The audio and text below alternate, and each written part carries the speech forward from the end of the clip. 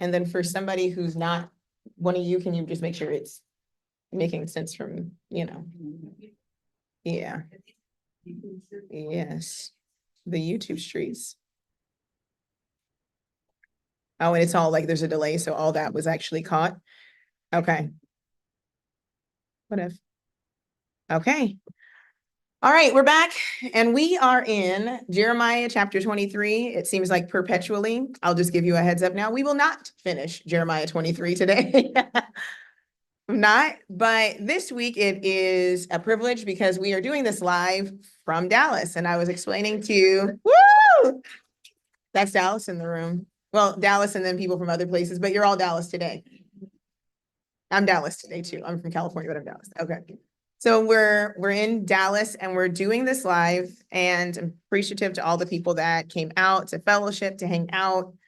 And I let them know, just like in regular, YouTube streets world, when we get on here, it's live. So that's what we're doing. So we're in Jeremiah 23, and Jeremiah 23 has been a thing. So I'll give you guys a little bit of background. So got here on my way here. The only thing I had on my mind was 3 pieces of paper that I have been struggling to make it through for the past 3 weeks. And I was like, I already have my lesson. All I need to take is these 3 pieces of paper that are on my desk. I packed up my bag, put all the papers in my bag, grabbed this stuff. And I was like, okay, last time I was kind of shooting from this angle and I was like, it was kind of awkward, So I was like, I'll bring my camera, packed everything up. I didn't even care. I literally grabbed this sweats and the same exact sweats in another color. That's how sure I was about what I was wearing. I was like, I'm good. So yesterday, pulled out my bag, got ready to pull my lesson, and I had a stack of papers, and guess what? It wasn't the 3 papers that I needed. And I immediately was interesting because there are people at my house. So I could have just said, hey, snap me a picture of those 3 pages. My notes are on there. And when I got ready to reach out, I said, that's not what you do tomorrow. And I was like, but I'm not done with the visitation. He's like, you done? You're done. I was like, but I was like, if I would have known, I would have not been so tired, probably would have not had 1 hour of sleep, probably would have been able to operate in my own strength and power, right? He's like, exactly. This is not what you're doing. And I was like, okay, so what am I doing? And so I was skimming through Jeremiah 23 last night and I was jotting down notes and I was like, I'm tired. I start falling asleep, got like halfway through a page, fell asleep, woke up. And at 6:30, when that alarm went off, I thought I was gonna be tired. I wasn't. And so that's what you're getting today. You're getting the not chat part 3, but the part 3 of the part 3. We're still in Jeremiah 23, but something else is happening here. So we're gonna pick up Jeremiah 23 today. You all will have the screen behind you, so you actually get to follow along, because we didn't have that last time. And for you online, I'll share my screen and we're gonna work through it. Honestly, I'm here just like y'all. I got notes, but it's literally I just copied down the verses so they're in front of me. So this is where we're going. So the title of today's lesson is Deception in the Name of Yah. And I actually put deception in the name of God, but deception in the name of Yah. And I would have put /God/Yah because I do not believe that anybody is exempt. And I think you all have probably caught that from me. I am not for anybody. That is not my call. That is not the space that I operate from. I understand who I am. I understand what the text says, but I am not for any group. I am not for any preacher. I am not for any individual person. I am for Yah, and that's it. And I know that sounds like probably not strange, but I mean that with my whole soul. I'm not even for myself. And we have to get to that space, because even when I do something that needs correction, I have to submit myself to the word. And I say that because a lot of times people go to groups or go to people and they feel like everything is there. And that's not how that works. Everybody is in development under the tutelage of Yah. And when a person deviates from that, that's dangerous. That's very dangerous. And I don't mean deviate like, oh, you sin, you have issues. We're going to get into some stuff today. And I love this. I love the word. And I'm not saying that like in some like weird, cheesy, I'm better than you, or I like it more than you like it. No, I love it because I struggle just like you all do. My faith struggles when I see things. I get confused and perplexed by things all the time, and I have to wait and they have to make sense. And honestly, my brother made a joke when I got here. He said, "Why do you do this?" He was like, "Don't nobody listen to you anyways." Facts. Facts. And it's funny, he said it and he was joking. And I was joking with Tanisha. I said, "He don't even know. I almost didn't get on a plane because of that. What is the point?" I feel like that regularly, and not just because of other people. Honestly, I've gotten to a point and I'm trying to temper how I feel. And I know it's something that Yah's cultivating in me. And so it'll come out and be beautiful on the other side. But how it feels right now is I really don't care. Like, I just don't. Not like I don't care about people. Heart compassion is there. But what y'all do, what people do, how they feel, what they say, like and not in a tough skin type of way. I'm super sensitive. But I can't travel and follow every little thing because what you all probably, not you, but you were, there's them too, not just you in this room. You all probably don't understand is that when Yah breaks your heart and he makes you sensitive, everything is a 10. It's like just everything is a 10. I mean, even when people who I know are well-meaning post stuff, and I'm just like, read your Bible, just shut up. Like that's how I feel at home. Like just stop talking. Because all of us have been there. You've been in seasons where you're searching for things, you're looking, and I watch people. And as a person who has been through a lot in a little bit of time, like I can see through things. I heard this old preacher say, he's like, I know bull mess even when it comes from a little bull. Right? That's funny. You can laugh. You can laugh. It was funny. I was like, I get it because when you've seen something so much and when you've been made aware of something, it's hard to not see it. But it doesn't mean that people are bad, English bad, right? But it does mean that they're bad, biblical bad, meaning there's a dysfunction there, right? You go to a restaurant, you see somebody cooking, they scratch their head, they touch your food, you don't want to eat no more, right? It doesn't mean that they intended, it's just that they don't practice the same levels of sanitation that you do. If I touch my clothes, I'm in the kitchen, I'm washing my hands. If I pull out a drawer, I'm washing my hands. Like it's just a little bit different. And when I look at people when they handle the word and I realize that they don't handle it in that same way, knowing that the vessel that handles it is unclean. We become common as we interact with the world. And Yah understands that. So he gives us in his word a sanctification process. So much so that the high priest, before the high priest came to offer sacrifice, had to bring the biggest animal in the agrarian system before the people to offer for themselves. So the people never got it twisted. Never got it twisted. He has to use the bathroom and wash his hands. If he does these things, he also has to, because it is necessary for the people not to idolize the people in front of them. I am not like, the master's like, is anybody good? Like, who are you calling me? No, dysfunctional every day, working toward function.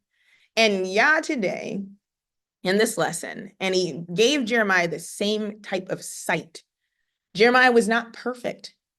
Our prophets, our priests, our kings were not perfect, but they were constantly being washed.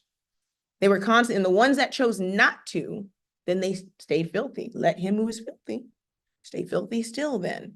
Because the reality is you will get dirty, and not even on your own. Remember the vision with the sheet, and he's like, rise, Peter, slay and eat. He's like, I ain't never eaten anything common or unclean. Levitically, something that is common is something that it ends up defiled, that's clean, that ends up touching something that is defiled. He's like, now it's just common. It's not even set apart anymore. It's just like that. There's another story where the question was asked, it was like, if a man come in contact with something, if he, the holy things come in contact with a man that's unclean, does that now make them defiled, right? So this idea that we're interacting with the world, we're interacting with ourselves, with our inner experience, with our own traumas, with our own minds and so forth, that we are constantly being made common, and the word then sanctifies us and makes us holy. So Jeremiah has vision. And it's interesting because when most people think about vision, they go really ethereal and esoteric, and it becomes really like, as a dear friend of mine says, woo woo. It gets all woo woo. But he's able to see, and it's been confirmed to us as the reader who's reading this prophet and his experience, that he can see. Yah does this really cool thing where he actually makes him exercise his vision. Like, he's not blind. He's like, what do you see, Jeremiah? Oh, what I see is an almond bud. And he goes, and now what do you see? I see a pot season. And now what do you see? And what Yah is getting us to understand is Jeremiah can see things. And he has perception, and he has knowledge, and he has discernment in a way that when he sees something or when he experiences something, it's being given to you so that you can see too. I teach a writing class to 8th through 12th graders. And this week we put up a writing prompt. And what I was explaining that to them, I said, the reason why you can't comprehend is because you can't see. I'm like, huh? I bring Torah into everything. They don't know. And they're like, why is she saying this to us? I don't know. And I said, you can't see. I said, so you see words, but those words don't make pictures in your mind. I said, when a person has good comprehension, the words that they see begin to create a picture in their mind. And they're like, what do you mean? I said, okay, so the first word of the prompt was how. And I said, this is the most important word in this whole prompt. And they were like, huh? I said, what does how mean? And everybody stopped. And I was like, I said, okay. I said, can you see how? And they were like, no. I said, okay, have you been on YouTube? They're like, yeah. I said, have you watched a DIY video? Yes, that is a how-to video. This word in this prompt is telling you that you need to give me steps. That's what how means. I said, can you see how now? Yes. And so we worked through all these words. The same thing is true with the text. If you or your mind or your heart is blinded, and you're only focusing on one thing, I talked about that extensively last week, then you cannot see what Yah is trying to get you to see, because you have a construct in your mind operating already. So I'm going to tell you something that's going to be probably painful for the rest of this lesson, but we are still deceived. It's like we say, like, for real. And what I mean by that is, if you still make excuses for people against this word, you are still deceived, right? Like I said, if you go in a restaurant and somebody scratched their head and touch your food, you wouldn't eat. But then you have literally people who scratch their head, touch your spiritual food, and you still eat. Because somehow their dandruff, their seborrhea dermatitis is holy. Right? Ew, right? Ew. All the visuals, it's for the visual. Gross, right? Ugh. I already know how y'all, because I was raised by a parent this way, and I know how we are as a people, because we can literally see an animal on the road dead and be mid-bite and be like, I ain't even hungry no more. You can see a person look a certain way, eating the same thing you're eating, and be across the room and be like, I don't even want this meal. But somehow, when you see a person exhibit behaviors that are traumatizing and triggering, but if they put on a head wrap and fringes and they stand in front of you, you'll still eat.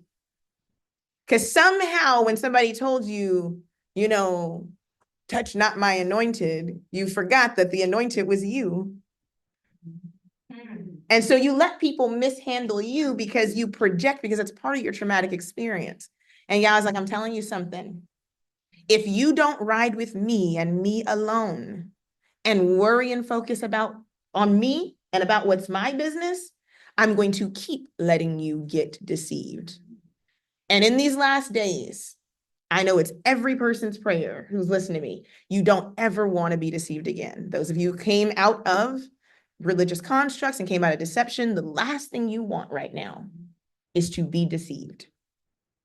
And so Yah is going to keep allowing you, it sounds kind of bad, to be deceived until you're tired of being deceived. I heard an artist say, when you're tired of getting your edges snatched, you'll stop.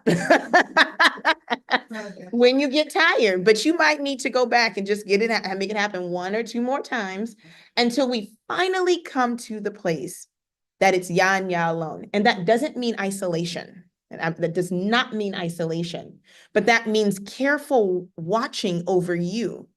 See, our hypervigilance, when we're traumatized, it makes us watch over other people, specifically children, right? But what Yah is saying is, you're my child, and I need you to have hypervigilance over yourself. It is a healed, you know you're a healed person when you stop projecting and wanting healing on the outside and you want it for you. When you stop wanting other people to not be deceived and you want yourself to not be deceived. And Yah was like, I need you to know that I love you and I'm doing this for you. For you first, and then how you behave. That will then send the message to other people. All right, that's a long introduction. All right, I'm gonna share my screen now. All right, Jeremiah chapter 23. And we are picking up at verse 16. Last time we talked about that wormwood, the prophets, they're profane. And this week we're picking up and we're going to learn a couple of things about, I know you all have heard this, but sometimes we need to be reminded. You know how kids get out of control? I have a tween and a teen. I have an 11 and a 13-year-old. And sometimes, and I let them sometimes because, it's fun and it's banter. Sometimes I let them forget that I'm their mom. But then halfway through me letting them forget, something happens and I'd be like, click, have you lost your mind? Like something switches. We were playing the other day and I was teasing Jade. I'm like, hey, she was like, bruh. And I was like, sis. And she was like, so, no, for real, bruh, like, listen. And I'm like, okay, bruh, I'm listening. And we're going. And then we started bantering back and forth. And she was like, Mom, you should just let me do your edges. And I was like, I'm not letting you touch me. Let alone do my edges. Like you forget that yours be crusty. I mean, did you wash them edges? You're not doing my edges. And she was like something. And so we were joking and I showed this picture. I was like, this looks like you. And she was like, you look like this. I don't know how it got to this point because kids always like, they flip the script. She picked up a pillow like she was going to hit me. And I said, Jade, let me tell you something. You hit me with that pillow. And I looked and she was just like, I'm going upstairs. Okay.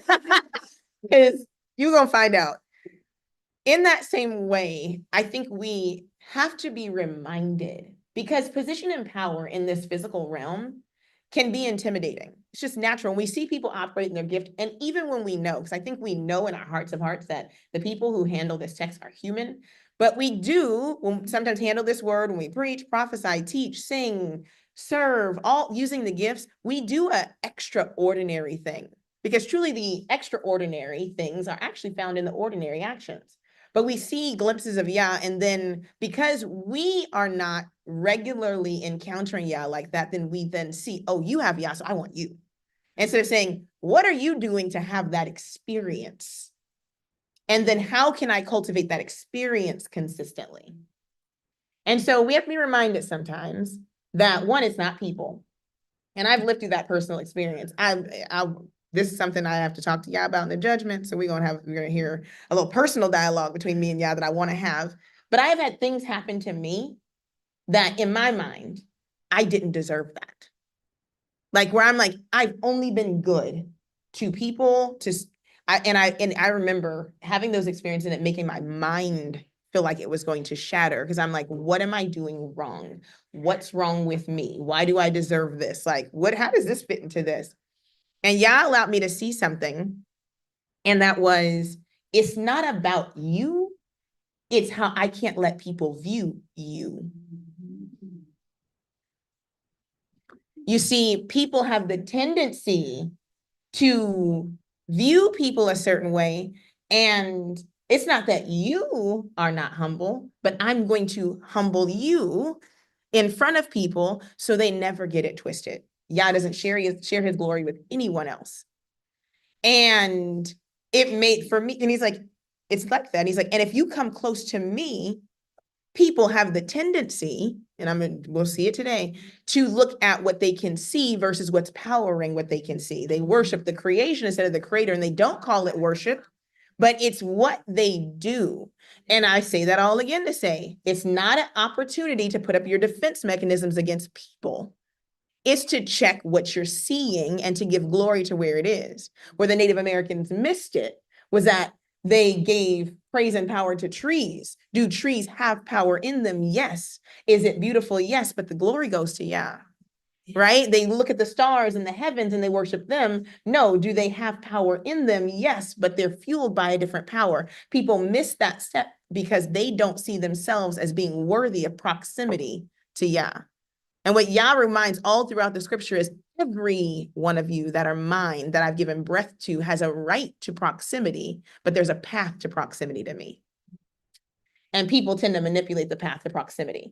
So in Jeremiah, we'll start right here, Jeremiah chapter 16, there's a declaration made. And if you've gone through Jeremiah before, sometimes it says, thus saith Yah, thus saith Yah, thus saith Yah, right? It's like a regular thing. But when Jeremiah gets ready to speak about what Yah is getting ready to say, he calls him by a different title, by a different set of attributes. And he says, thus saith Yah of hosts, thus saith Yah Zavaot.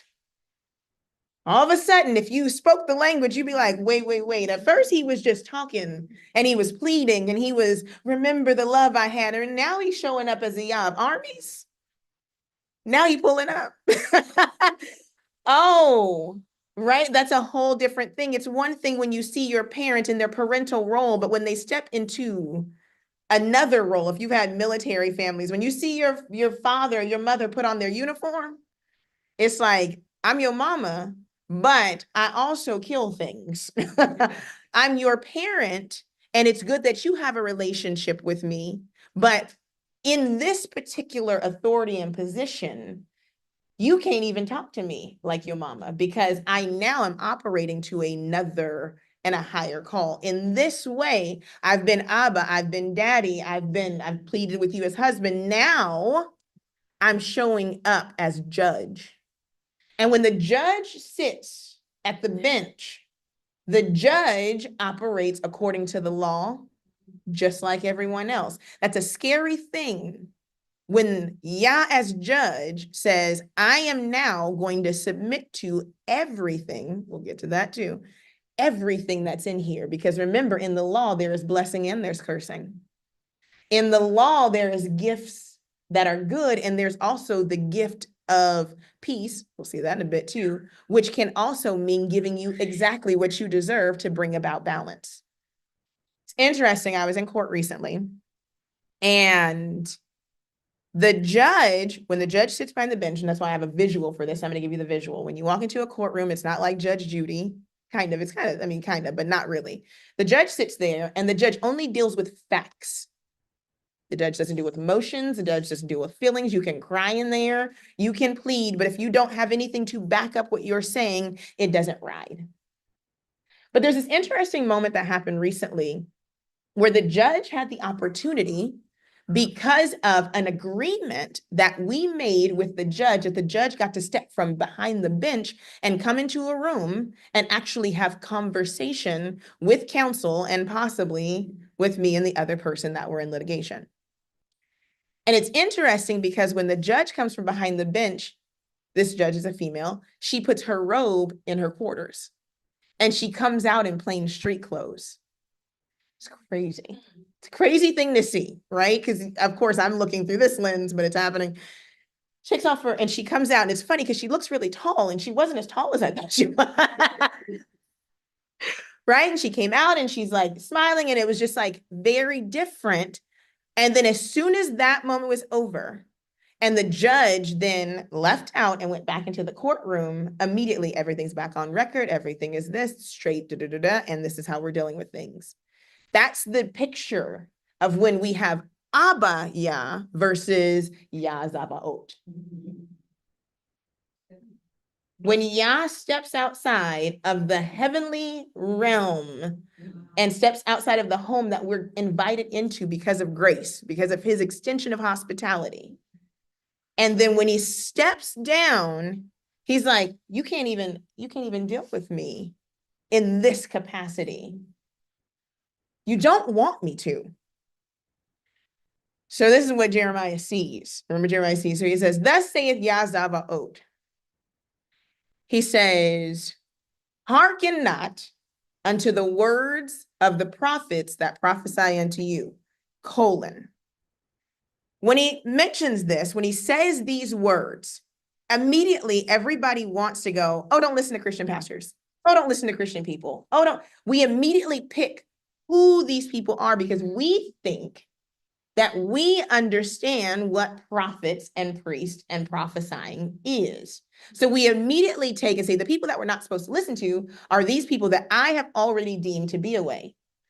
But the judge is saying something, and when the judge is saying something, we have to know specifically who he's talking about so you don't find yourself in violation by picking and choosing who he says to and not listen to.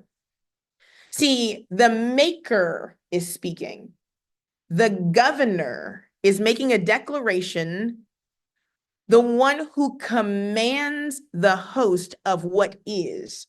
See, the word Yah, we can argue about it, that's fine, but it too is a title. It means I am that I am. I will be who I will be. It comes from the root word, which means to exist. It too is a descriptor. And the one that is saying, don't listen. He literally is saying, the one who is over everything that is futile, the one who is over all the things that we put in power and position is saying, you need to start looking at everything. Because he said what he says in the text, and this is interesting with the language, and I'm always going to encourage anybody who doesn't engage with the language in this way to do it. Because he says, do not listen to the words of the prophet to the prophets. In our mind, we immediately go, I'm never listening to anybody that prophesies ever again. Because we're so fatalistic, right? It's like, okay, I'm not listening to anybody. That's not it. Yeah, it's like, no, you're going to have to listen to even know if what they're saying is not true. So he does this thing. He says, hearken not, listen, don't obey. You only obey when you understand what's being said. And when what's being understood and what's being said aligns with what I've said. I'll get to that in a second. So he says, literally, it's so much here. Like, it's so much here. He's literally saying, look, I need you to pay careful attention. The very thing that in your traumatized mind, the very thing that in your church hurt mind, the very thing in your narcissistic abuse mind, the very thing in your gaslit mind is the hardest thing to do. I need you to listen to me. I need you to regulate, and I need you to not be triggered, and I need you to pay attention. That is why healing is the number one thing on our list to do when we come in this walk. I get it. We want to engage in all these other things. Yes. But in healing, you will put down the other things.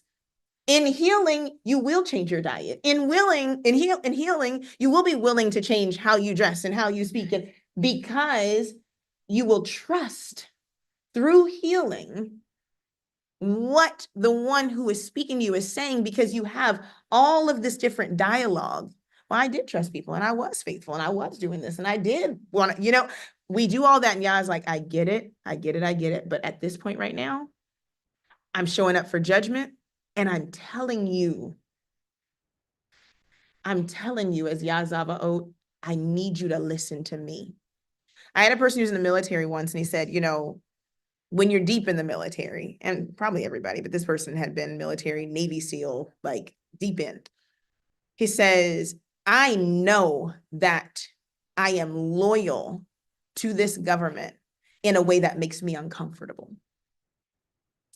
Said, I know that if the government told me to sweep the street you live on, the very street you live, and I know you live there, and the government explains to me that you are a threat also with everybody on the street, and it's for the greater good of this nation, I will sweep this street.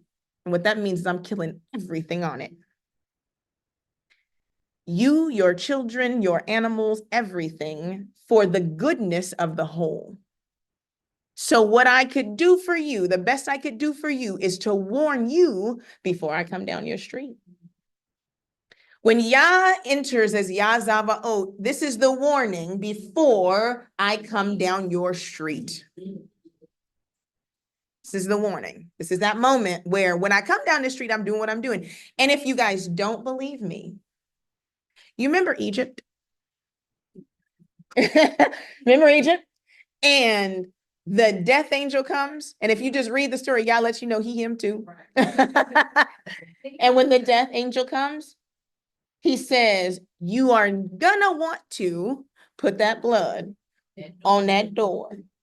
Because when I come sweep this country, if I don't see it, I'm sweeping your house too. Right? When I come in judgment, if you don't have the right application, if you have not heard my word, I don't care what anybody else said. I don't care if they said, no, you can use this, or you can do this, or no, if you just, he's like, if you don't do that, I'm not going to hear nothing.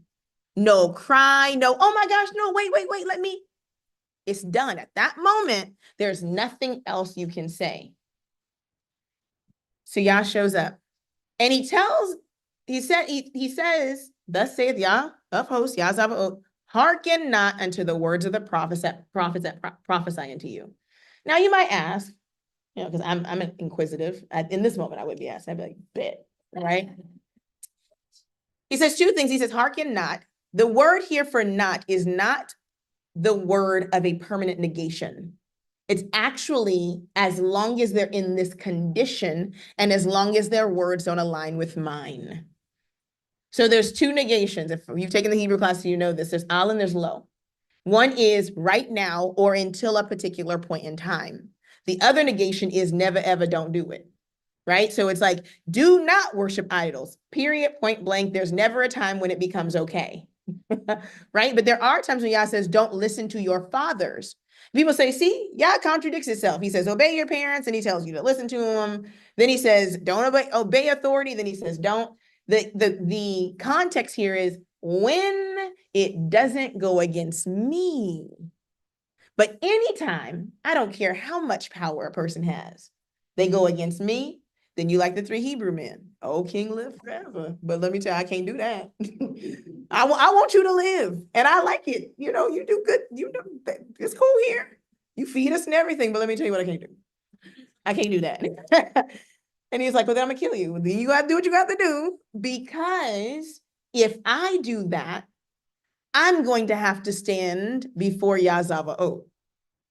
When I'm obedient, my Abba can come get me. My daddy can come get me. But if I do what you say, I don't have, look it.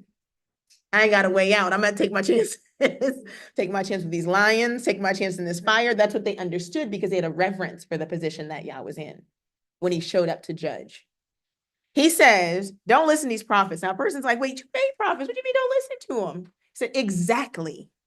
That's exactly why I can tell you who to listen to and who not to listen to. See, what we got all twisted is that the idea of prophetic is ordained because Yah is. There is no, that it doesn't operate like that. This book is so interesting that it is the thing that people hate the most, but can't get rid of because of the prophetic. It's done too much over time. It's shown too much. People are like, okay, wait, we're going to tell you not to read it. But all of a sudden they like, okay, but in Revelation, it says that this going to happen. You got people literally talking about this, the second Trump. Y'all catch on the way home.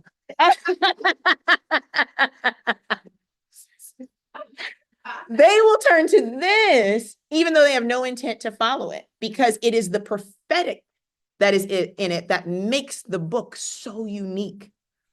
You have people prophesied by name, so much so that when Darius saw his name, he was like, look, y'all can go home. Like, y'all can go ahead and go home because yo Elohim, years before, not like when he was born and then the word spread, no, before he was even thought of, called him his servant. He's like, I'm a pagan king and I like this. Like, y'all go ahead. What you need? You need some wood? You gonna build? Okay, because I got to make sure that, you know, they know the gods was thinking about me. This is the prophetic, the one who created the language by which prophecy is upheld, the one who created the alphabet that allows people to see into the spiritual realm because by it, everything consists. The one who literally gave prophesied to the prophet to prophesy is saying, don't listen. If a person who works at the meat factory tell you not to eat meat from there,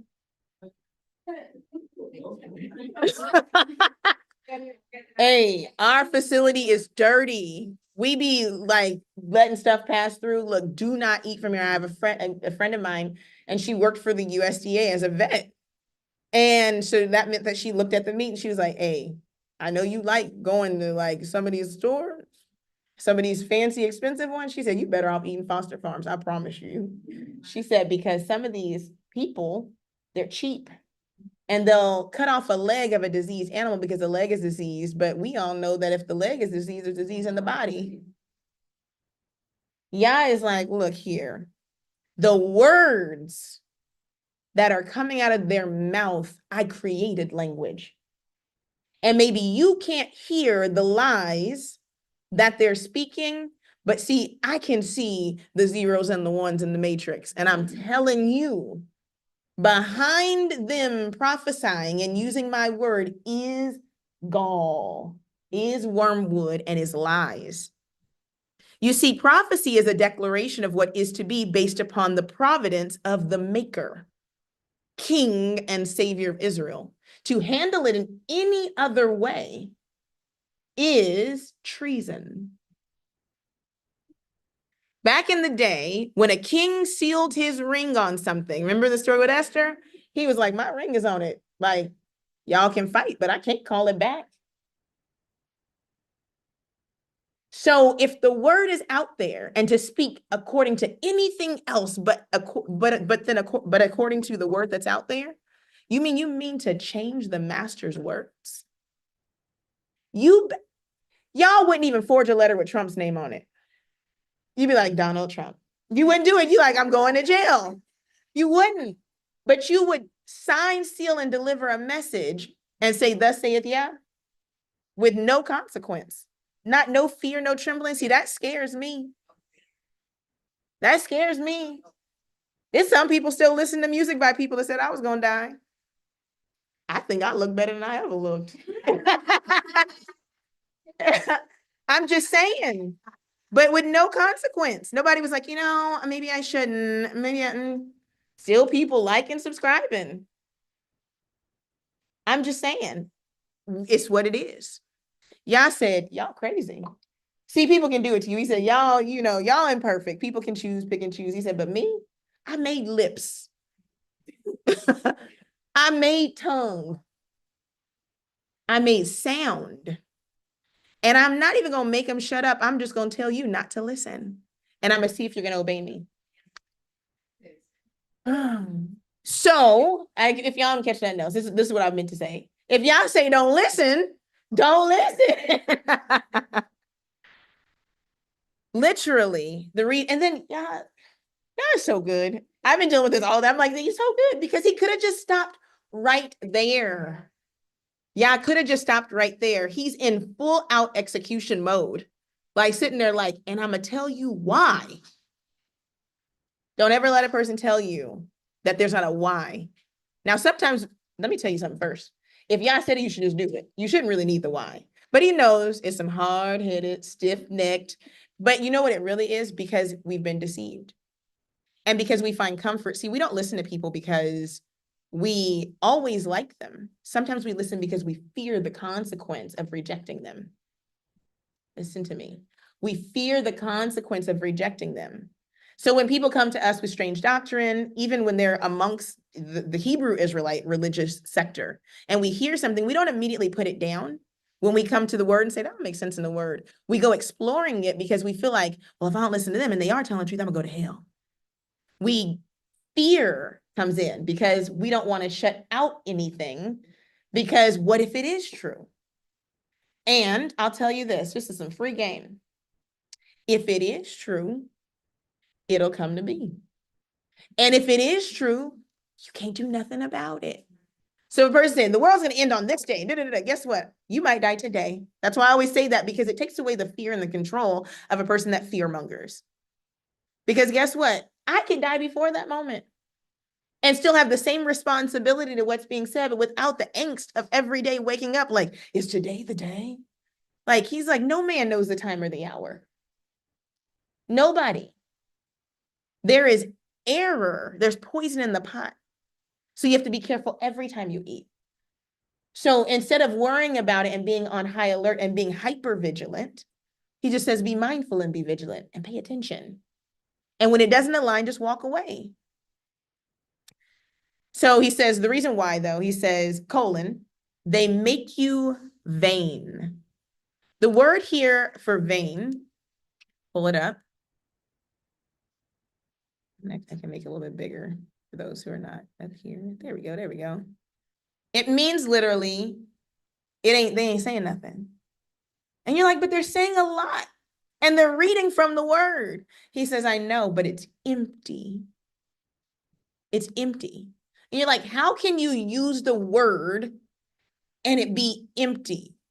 I'm going to give you an example. People couldn't stand Messiah. So much so that when he talked, they got mad because they said, you speak like you got authority. You talking and we've heard it, but you say it in a way that make us think that we might actually have to listen to what you're saying. Yah is saying, see, y'all scared.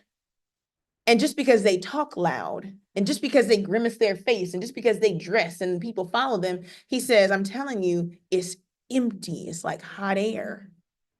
It don't mean nothing. Elijah peeped that. He was like, go ahead, cut yourselves.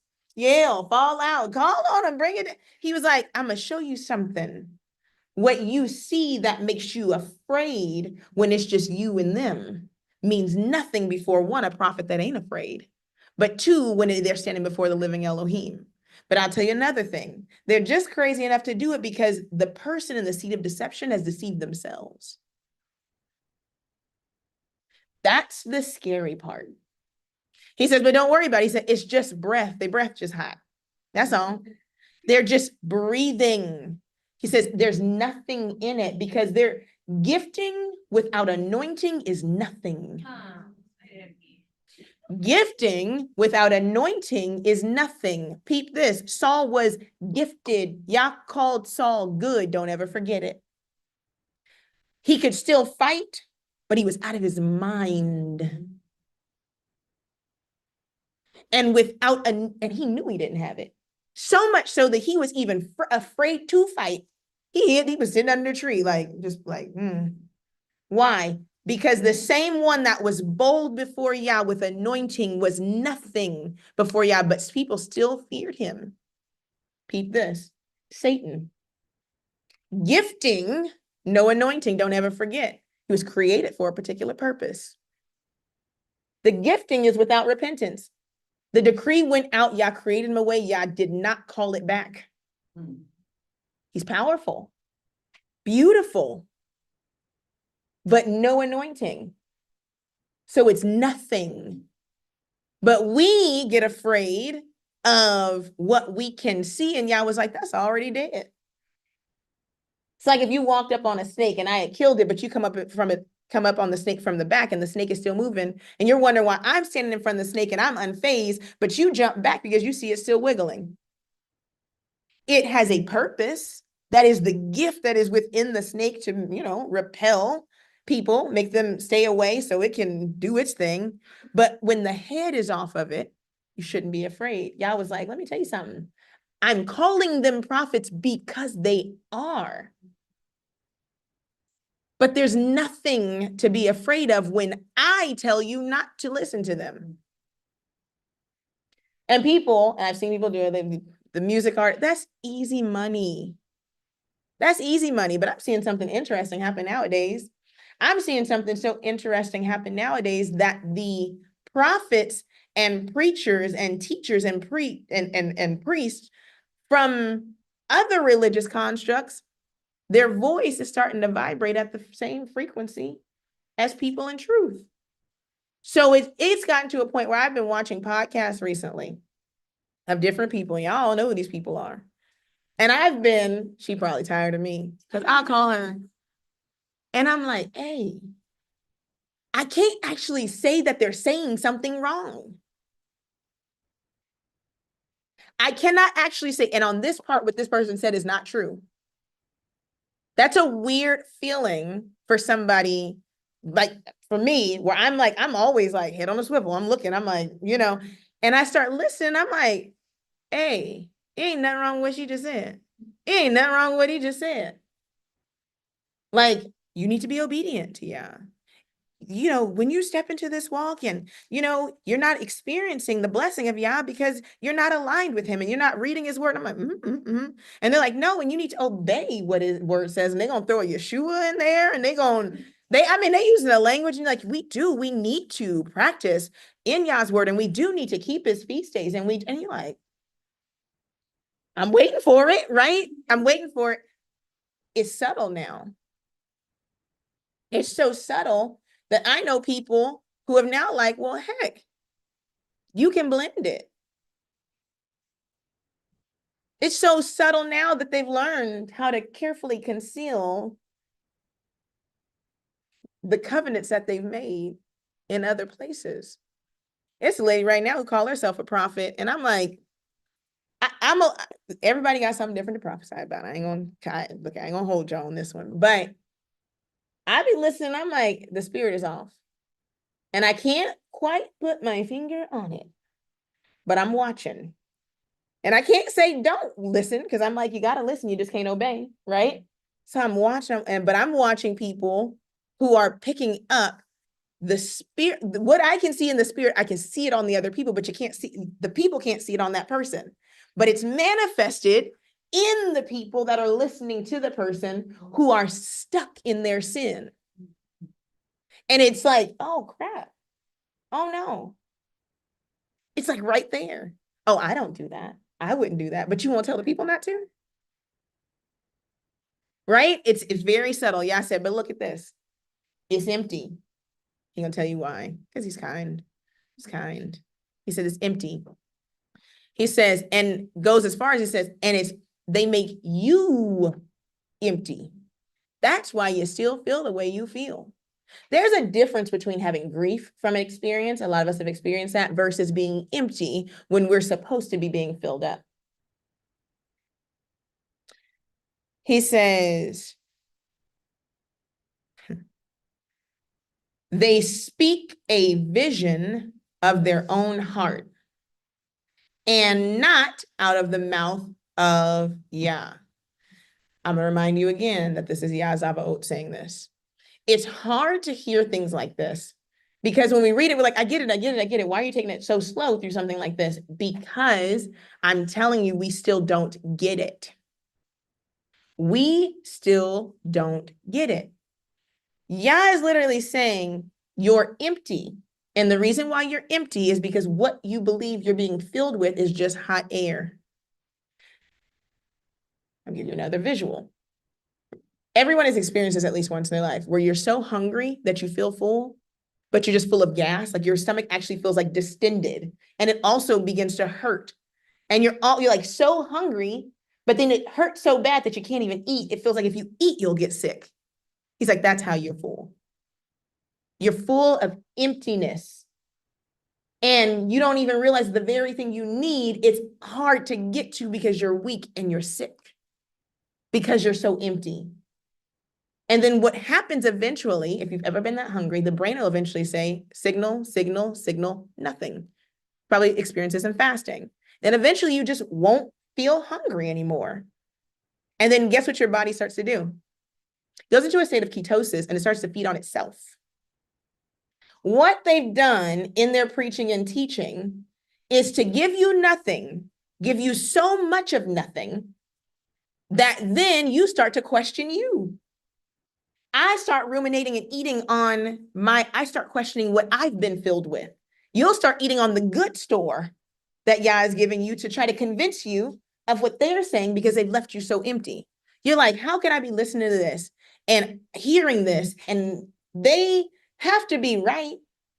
They must be because they're not saying anything wrong, but I still am not being blessed. I'm not still on the receiving end of the goodness of Yah. So I must be the problem. And then you begin to pick yourself apart. That's what it means to be deaded. Satan will have you debt your truth account for a lie. you'll start to question what is true based upon somebody's lie. And there's a lot of us that do it now. You're like, what do you mean? You've given up truth that Yah has revealed to you through hard work and come in this walk and let somebody pick it apart because it didn't align with their truth. And you didn't want to be wrong. And you didn't want to be on the outside. You didn't want to be left. So you'll sit in a seat empty to have people around you than to be filled by Yah's word and be by yourself. And I'll tell you this, Yah not going to leave you by yourself because Yah is the maker of the word that says you're supposed to have fellowship and community. He's like, but are you going to wait on the one that I have for you? Because I got to get you ready for the one that I have for you. He says, they speak a vision of their own hearts. Remember that the Hebrew word for heart is also your mind. It's the authority within. They operate based upon their own authority. Because the first thing a person is going to say is, aren't they a prophet? Yeah, I was like, yes. Then by what authority do they do the things that they do? That's Lauryn Hill, but it's also scripture. Right? He's like, I'm going to tell you the authority because you're like, they have power. He's like, you're right. You're powerful. It's 2 times in scripture that this is said. He says, ye are Elohim. He said, you are gods. He said, but you're going to die like men. Why? Because you operate under this wrong authority. How can you not be like Elohim if he made you in his likeness and image and gave you the power to create and to think in a higher order? Yes, but that unsubmitted to the true power is nothing. So do these people have power? Do they have the ability to imagine? Heck yeah. Look at all the religions that are in the world. Look at all the stuff that people say. And you're like, how can a person grab this, use this, and then come away with something of their own? He says, because they do it by their own authority. And if you are God in your mind and you don't err and you don't do anything wrong, I know a preacher like this right now, literally told me they're going to reign in the kingdom. Y'all listen to him too. Literally told me they're going to reign in the kingdom. And I said, you ain't scared? Like, you're not scared of judgment? No, because I'm righteous. I'm like, but I know you. And I'm asking you, are you scared? This is not a rhetorical question. Are you scared about some of the things that I know? No, I'm righteous. I'm going to reign in the kingdom. I can't trust nothing you say then. Because if you don't fear the presence of the living Elohim, and if you don't understand that scripture says even your goodness is as filthy rags, and let me tell you, you got a lot of not goodness too, then I don't trust you when you handle this, because if you can't see you first, Yah says they speak this is the word here for vision is hazon. I think I got that right. Let me make sure. Yeah, it's hazon, and it literally means a divine vision. He's not saying that it isn't spiritual. See, we go, that ain't spiritual. No. It is. He's not even saying that it's not sanctified. The word here is literally a revelation. They have had a revelation. It's real. It is a real experience when they're having a real experience. He says the difference is it's empty. He says they speak a vision of their own heart. And he says, oh my goodness. He says, and not out of the mouth of Yah. Wait. So I can have this. I can be dedicated to this in my mind.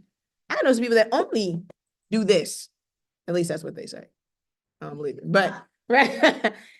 And not out of the mouth of Yah. This is literally, this is not me speaking, you reading it. This is not even Jeremiah speaking. This is Yah telling you what he has witnessed. This is why the visitation is necessary. He says, they are prophesying, facts. They are prophets, facts. They are gifted, facts. They do have followers, facts. They are of your sort, facts. They understand some things like you understand, and you may agree with those things, facts. He says, but they do it by their own authority. You have people who their authority in this word is that they told you that you black and you Hebrew. And because they know that, you'll listen to anything they say. They'll tell you up is down, left is right, in is out. But because they know that truth, then they're good. For real, for real. We do it. It's almost like a prerequisite for us to listen to somebody. And I'm telling you, the devil plays in that deficit too. And he's like, oh, that's all I need to, that's what you want to know? So then your whole list of people you listen to, that's a qualification. And then after that, everything else they say becomes, okay, well, what else do I believe? You have some people who like, I don't believe in this part of the Bible. So you only listen to people that say that. Yeah, I don't believe in this. So I only listen to people that say this. Somebody at this fellowship I listened to believed that. So now I don't like that thing. And you go back and forth, back and forth, back and forth. Yeah, it's like, let me tell you something. You don't get to be your own authority. The devil will have a person agree with 99% of everything that this word says, but it's the one little part that'll send you to hell. Did Satan disagree with anything that Yah said when he deceived Eve? When he deceived you all? No. He made her doubt herself and doubt whether or not she was going to be obedient to what Yah said. The issue is to not get you, not to tell you lies. It's to tell you the truth and then make you not do it. That's the issue, because you can't be judged if you don't know. I mean, you will be judged. I mean, like you can, but I mean, like the idea is, there's not a person most of the time when y'all run into people and you tell them something like, well, I know, but like, wait. But you tell me you know, but I don't have to do that. That's a deception. And that has crept into this walk too. There are so many little nuanced things where I'm like, so y'all gonna do that? Y'all gonna listen to that? You're not gonna hold people accountable? You're not gonna try everything? That's also sin. That's also sin. You're gonna keep listening, even though you know that's wrong?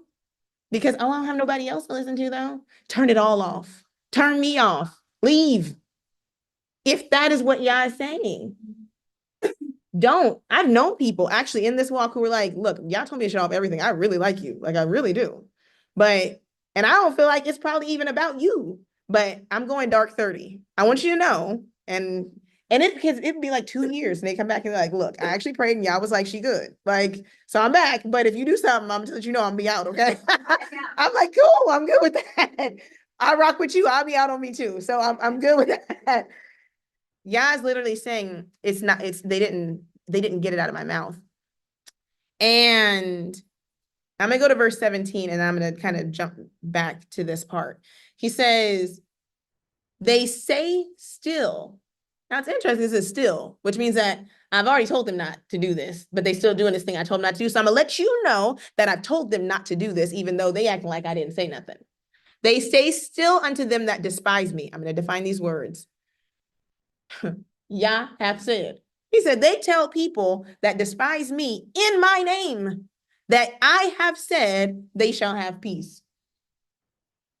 And they say unto everyone that walketh after the imagination of their own hearts, no evil shall come upon you. Peep this. You might say, you're like, how is a person bold enough to say, and Yah has said, and Yah has said, and Yah has said? You're like, are you serious?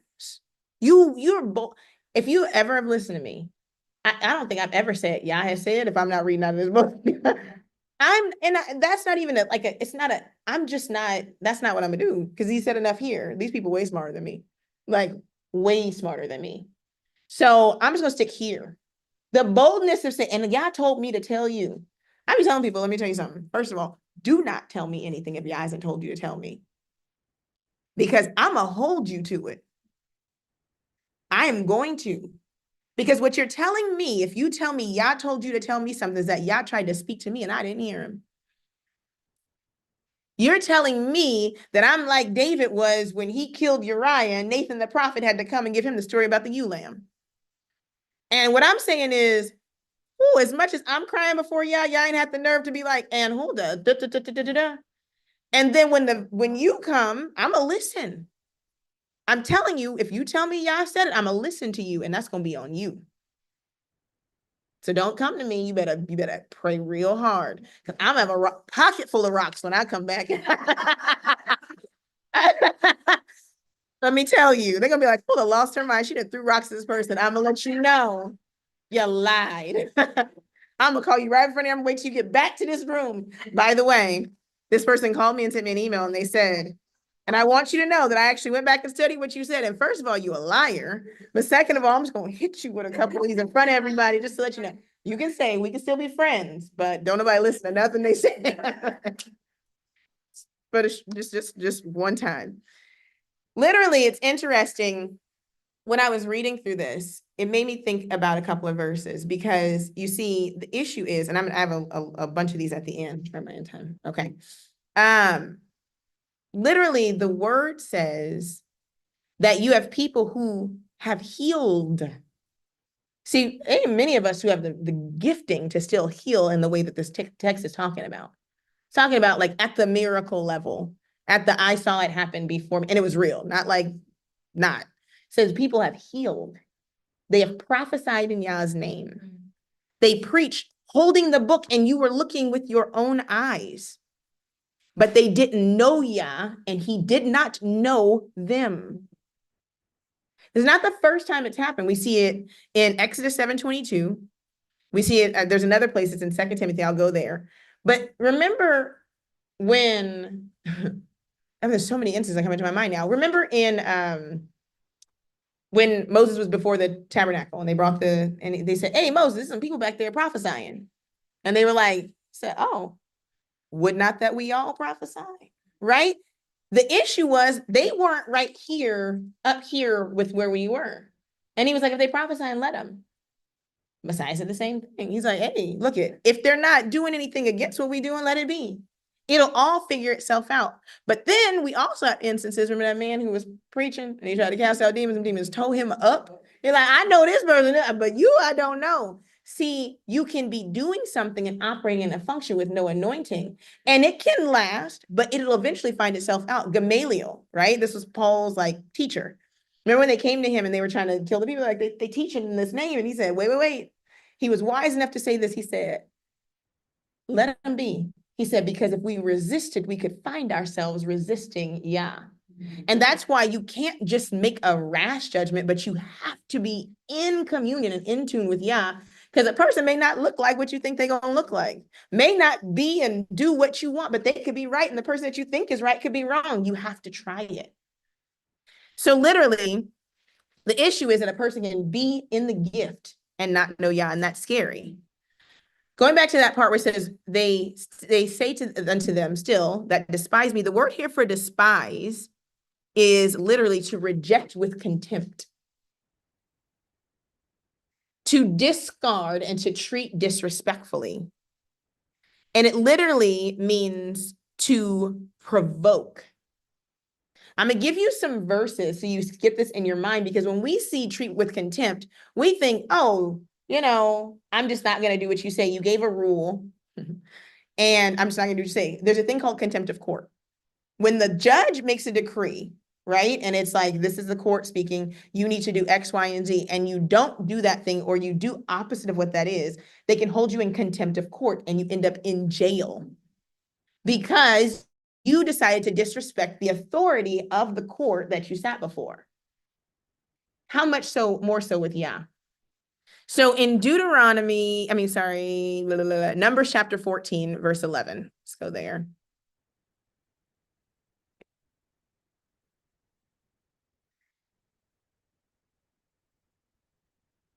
Keep this. Let's start verse 10. But all the congregation bade stone them with stones.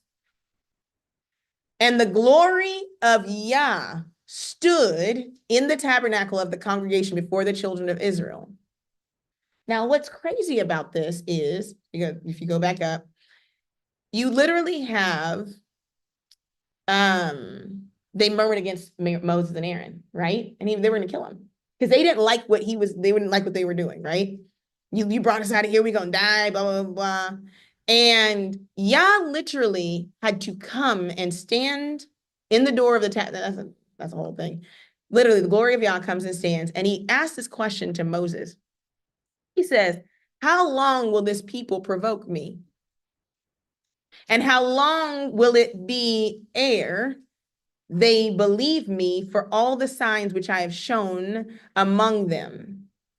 So he said, guess what? I'm going to smite them with pestilence, and I'm going to disinherit them and make of you a nation greater than them. So you see this idea of being in contempt of the judge. He's like, I didn't show them. I didn't say it. I've done. How long are they going to behave in this way? He says, they are telling people who despise me, who I have given breath to, who I have pardoned, people who I've watched them bow their knee to Baal, and I've still blessed them, and I've healed their children, and I've constantly shown them my goodness. How long are they going to keep playing in my face? Because I see it. All right. In Numbers 14:23, if we just go down a little bit further, he says, surely they shall not see the land which I swore unto their fathers, neither shall any of them that provoke me see it. But my servant Caleb, because he had another spirit with him, hath followed me fully. Him will I bring into the land whereunto he went, and his seed shall possess it. It's interesting as people act like Yah doesn't exercise and do judgment. Did he not? If he didn't let those people that marched in the wilderness for 40 years see the promised land, how do you think you're going to play in this space your whole life and see Shamayim? How do you think you're going to rule in the kingdom? Are you serious? You wouldn't even trust me with your healing. You wouldn't even put down idols. You wouldn't even trust me with your food. And you talking about you going to trust me in a life to come? You're a liar. You're a liar. Yeah, it's like, it's not, there's no way. In Deuteronomy chapter 31, we get the same thing. In Deuteronomy chapter 31, verse 20, we also get the people provoking Yah. And it was because of the provocation that Yah literally had them learn a whole song. Literally had them learn a whole entire song about provocation. Because he said, you know what, y'all like to sing, y'all like to TikTok. Go ahead and make a dance to this. He said, literally, this is when Yah says stuff like this, and I know we all do, but when I read stuff, I'm like, this is literally what Yah said. Yah doesn't lie. He says, for when I shall have brought them into the land which I swear unto their fathers, they riding on somebody else's blessing at this point. Got to fulfill it because I made the decree and it went forth, so I have to do it. He says, the land that floweth with milk and honey, and they shall eat. He's like, yeah, I'm gonna make it, and you're gonna eat. You're gonna see everything that I said, and they're gonna be filled. He said, they're gonna get so full, they're gonna be fat. Then will they turn, not maybe then will they turn unto other gods. You're like, how? Imagine hearing this as Moses and be like, this is just so disappointing.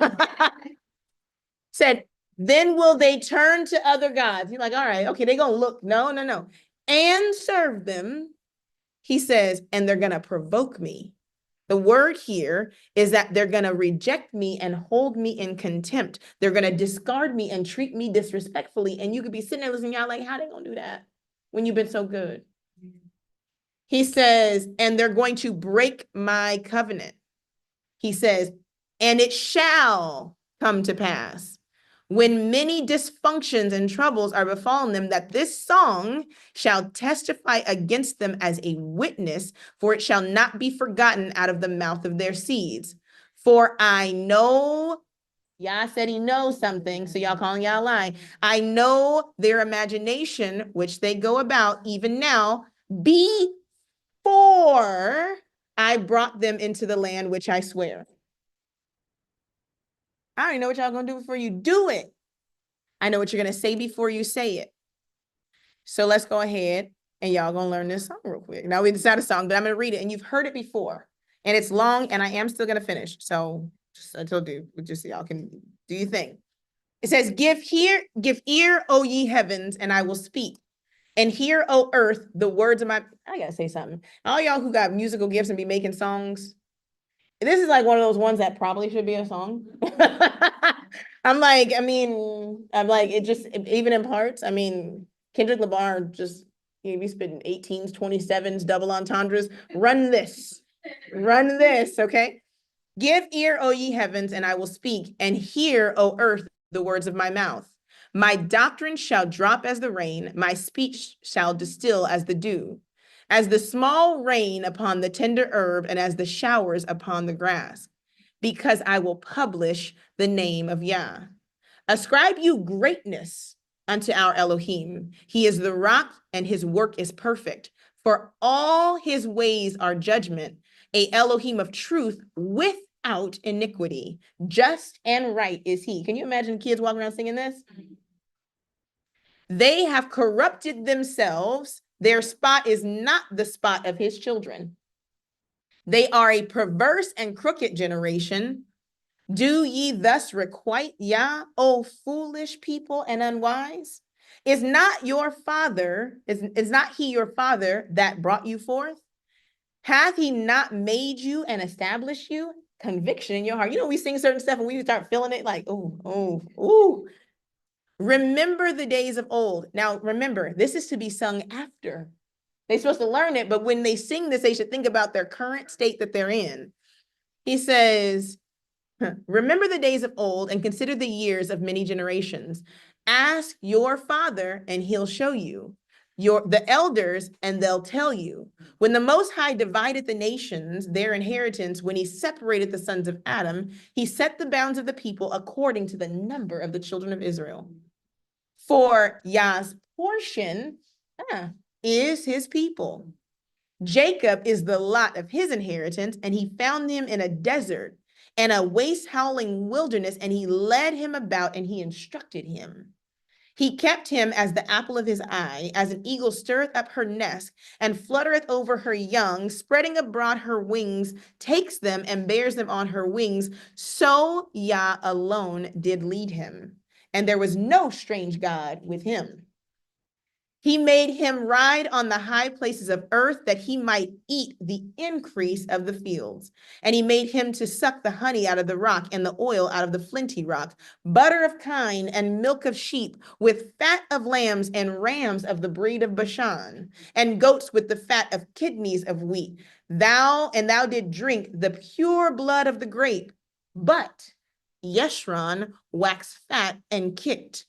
Thou art waxen fat, you have grown thick, and you are covered with fatness. Then, waited till you got all my goodness. Then he forsook Elohim, which made him, and lightly esteemed the rock of his salvation. This means you called him trifling. That's the word. They provoked him to jealousy with strange gods. Imagine having strange gods and singing this. I don't know if this was the Christmas carol. It just plays like, like that song, and like they're like, oh, and you're singing it, and it's true, but at the same time, you're like, wait, but this is also the King of Vengeance. Maybe I might want to think. He says, they provoked him to jealousy with strange gods. With abominations provoked they him to anger. They sacrificed unto devils, not to God. You'd be like, wait, what sacrifices were to the devils? To gods whom they knew not, to gods that came up newly, like just finding new ones, whom your fathers didn't even reverence. Of the rock that begat thee, thou art unmindful, and thou hast forgotten Elohim that formed thee. And when Elohim saw it, he abhorred them because of the provoking of his sons and of his daughters. And he said, I will hide my face from them, and I will see what their end shall be. For they are a very froward generation, children in whom is no faith. They have moved me to jealousy with that which is not an Elohim. So peep this. And they have provoked me to anger with their vanities, and I will move them to jealousy with those which are not a people. Y'all leave these people who are not the people alone because it's intentional. That's why y'all press. You're like, they're not even us. They're not even us. And he's like, I told you. That makes you mad, honey. Everybody think they you, and it's not you. But you did that to me. You act like I wasn't him. And you treated them other guys like they was him. You see how that feel? You see how that feel? How they'll send them money and bless them, but won't bless you? Wow. You don't like it when I do a you on you.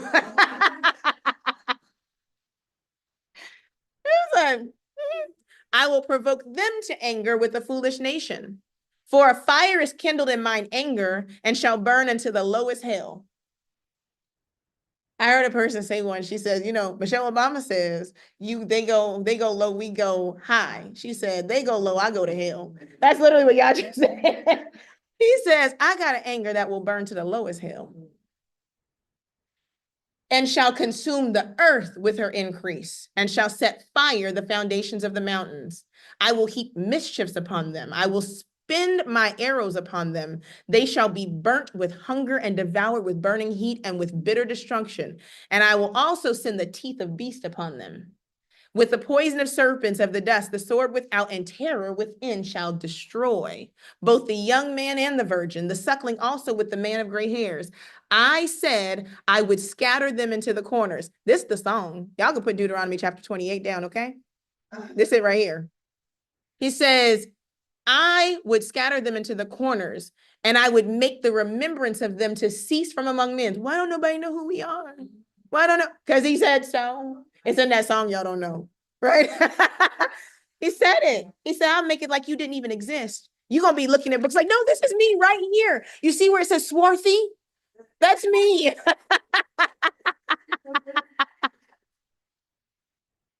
They're like, I don't get it. I don't get it. They'll change definitions. They'll gaslight you so hard, you won't even know who you are. You just popped up out of a cotton field, baby. That's it. Ships. What ships? We'll just sink them to the bottom of the ocean. Market? What black market? We'll just build towers upon top of them. You don't exist. Records? What records? Name? What names? Language? What language?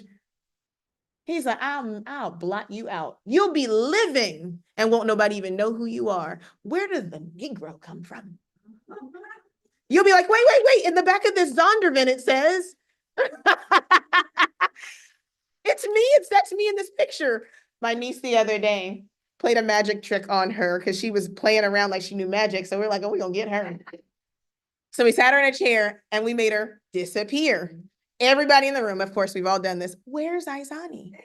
And she's like, I'm right here. And we're like, gosh, we hear something, but we can't see anything. That's what's happening, y'all. The whole world in crafty conspiracy is like, where are the Hebrews?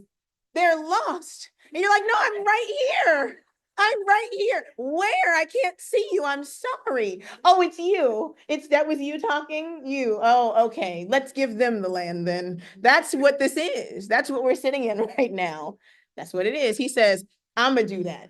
Y'all want to act like I don't exist? I'm gonna make you walk around like ghosts. Where they'll lay you out in the street and won't even bat an eye. Make laws so they don't even be prosecuted for it. He was like, nothing. That's how you treated me.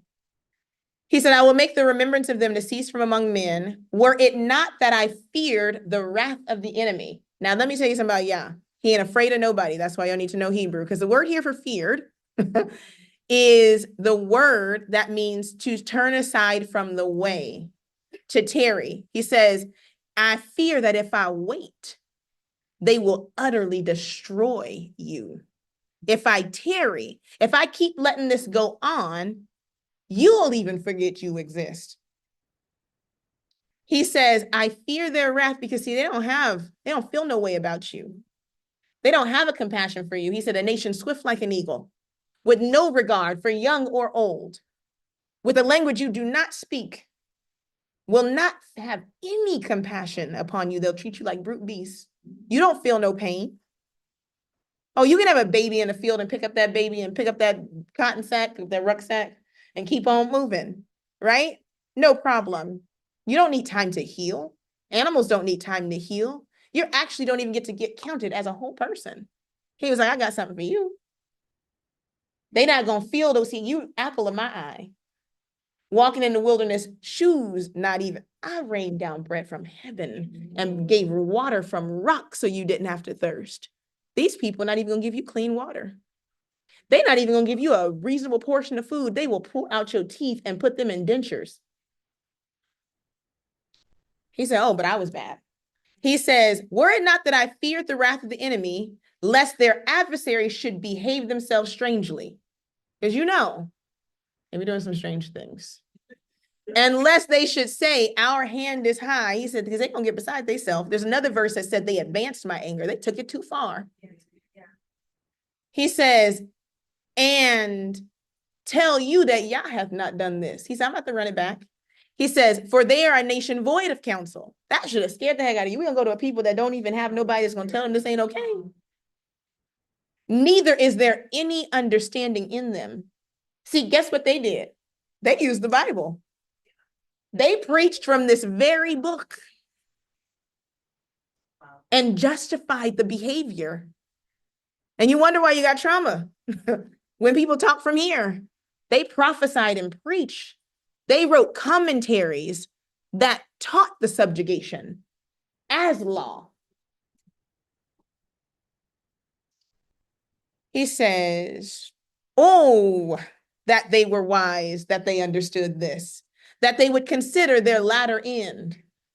How should one chase 1,000? That's maybe perplexing. And two, put 10,000 to flight, except their rock had sold them, and Yah had shut them up. For their rock is not our rock. Even our enemies themselves being judges, for their vine is the vine of Sodom. And of the fields of Gomorrah, their grapes are grapes of gall, their clusters are bitter, their wine is the poison of dragons, and the cruel venom of asps. Is not this laid up in store with me and sealed up among my treasures? He was like, y'all don't even want me to pull this out. Like, can't it just stay locked up? He says, to me belongeth vengeance and recompense. Their foot shall slide in due time. Talking about the enemy. For the day of their calamity is at hand, and the thing that shall come upon them make haste. For Yah shall judge his people. Ooh. And repent himself for his servants. The word here for repent is not the word teshuvah. He'd be like, yeah, how can y'all be like, no, it means he's going to regret, and then he's going to console himself. He says, for the people, for Yah shall judge his people, and then he's going to do something that's going to bring about consolation, because it's going to hurt him to do it. He says he's going to repent himself for his people. When he's going to then consolation. And guess what? It's all for him, because it's his judgment that he has to satisfy. He said, after I have to do this to you, it's going to hurt me so bad. But the blessing is my goodness that I'm going to have to then repair my own broken heart. He says, and when I see that their power is gone, and there is none shut up or left, and he shall say, where are their gods? Where's the rocks in whom they've trusted, which did eat the fat of their sacrifices and drank the wine of their drink offerings? Let them rise up and help you. He's going to run it one more time. And be your protection. See now that I, even I, am he. That's why I be saying, yeah, it's him, because he said it. I'm he. I'm him. And there is no Elohim with me. I kill and I make alive. I wound and then I heal. I'm going to do it and I'm going to resurrect you. Because I have to satisfy my judgment. He says, neither is there any that can deliver out of my hand. For I lift up my hand to heaven and say, I live forever. If I whet my glittering sword and my hand take hold on judgment, I will render vengeance to mine enemies, and I will reward them that hate me. What he means is, the word here, I love it. The word here is shalom. He said, I'm going to bring peace by bringing you hell. He says, see, shalom, peace is balance. When the balance is off, I got to balance it with the very thing that made the balance off. That's justice. You don't want my justice. You want mercy. You want grace. You can't handle my justice. Your account is way too in a deficit to handle my justice. He says, and I will reward them that hate me. I will make mine arrows drunk with blood. Can you imagine y'all talking like this to you? He said, I'll make my arrows drunk with blood, and my sword will devour flesh. And that with the blood of the slain and of the captives from the beginning of revenges upon the enemies. Then he gonna say, now sing. He said,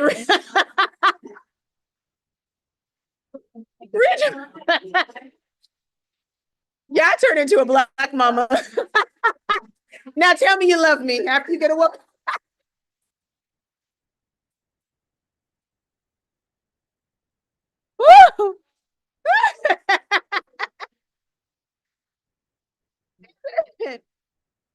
Rejoice, O ye nations, with his people, for he will avenge the blood of his servants and will render vengeance to his adversaries and will be merciful unto his land and to his people. And Moses came and spake all the words of this song in the ears of the people. And he and Joshua, Hosea, the son of Nun, and Moses made an end of speaking all these words to Israel. And he said unto them, set your hearts unto all the words which I testify among you this day, which ye shall command your children to observe to do all the words of this law. Now, after hearing that, could you say, we don't have to do what Yah says to do?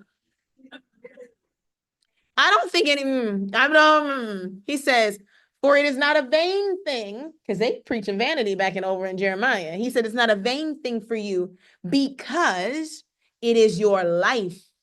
And through this thing, you shall prolong your days in the land, whether you go over to Jordan to possess it. Jeremiah was like, they played, mega played in Yah's face. Yah said they speak a vain thing, and they speak of a vision of their own heart, not out of the mouth of Yah. This is out of the mouth of Yah. It has in it the totality of Yah Zavaot. You saw him in the beginning and his goodness, and he showed you his vengeance. And then he came back as Abba and said, but rejoice because I'm going to do this in conjunction with all the blessings I have too, if you turn. He says, the people who called me trifling, y'all said they will have peace. You see the peace that Yah said he would have in this verse? The peace that he said he's going to give to the people that hate him?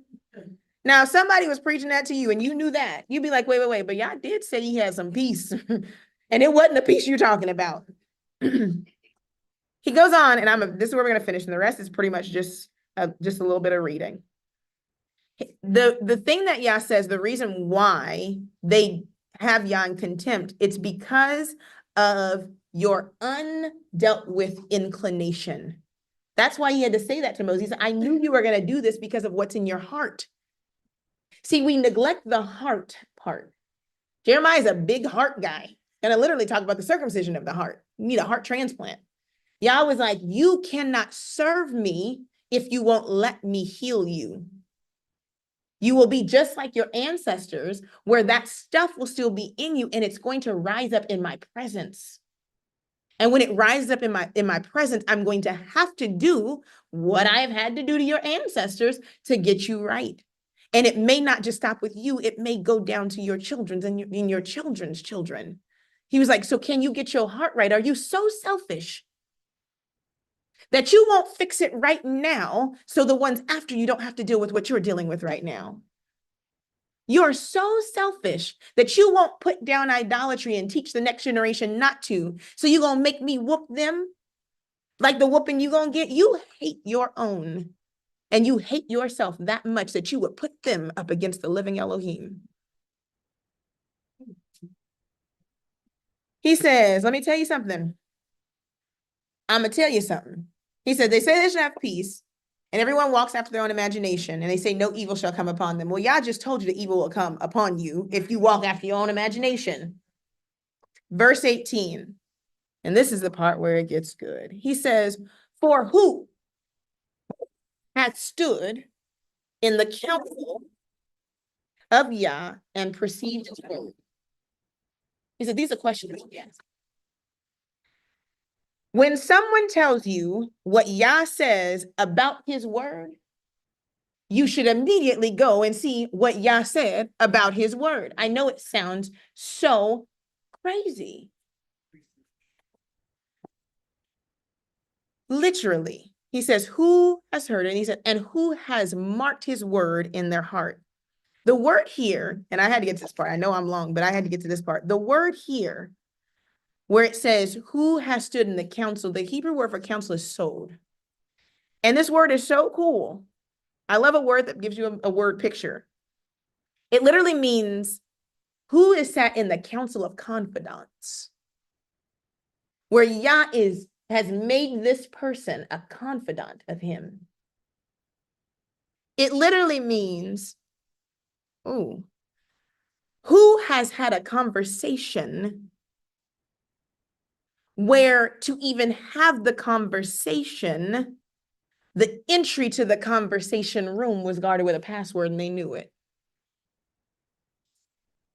See, the conversation with Yah is a concealed conversation, and you can't step to his throne. We should already know these things, by the way. I'm telling you. I mean, y'all, if you don't think you need to read Leviticus, go ahead and read Leviticus. If you don't think you do, because it shows how to approach holiness. How can you have a conversation oh, I can't even get it out. How can you have a conversation with the one that sits behind the veil and you refuse to sanctify yourself in the way that allows you to get behind the veil? Literally, they had veils on the bottom of their garments because it was fear that they would not return from behind the presence. And all that was behind there was an altar. But when the presence of Yah came down, the kavod was so heavy that you couldn't live if you didn't come correct.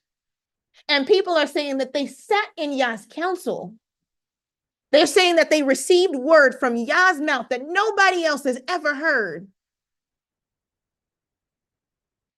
And they won't even fast.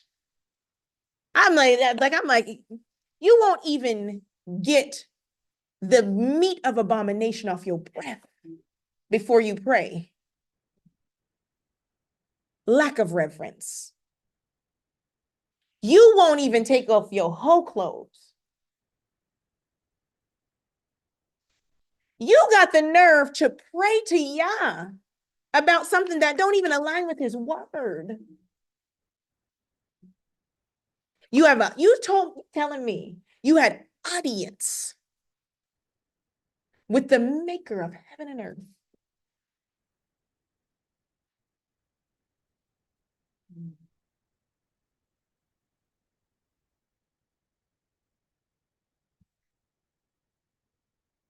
It's,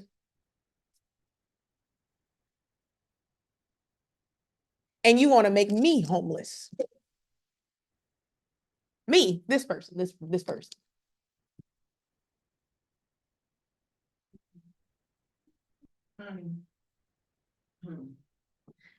You telling me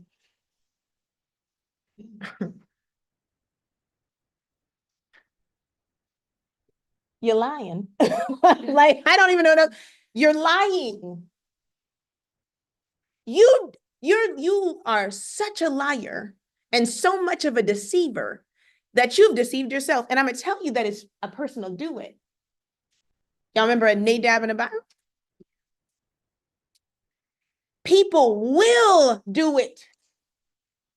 They will lie, and they'll believe their own lies and have such a lack of reverence for Yah that they will enter into the Holy of Holies with their own life on the line. You remember, Eli's sons? You will rob the sacrifice in the presence of Yah and screw the women in the temple.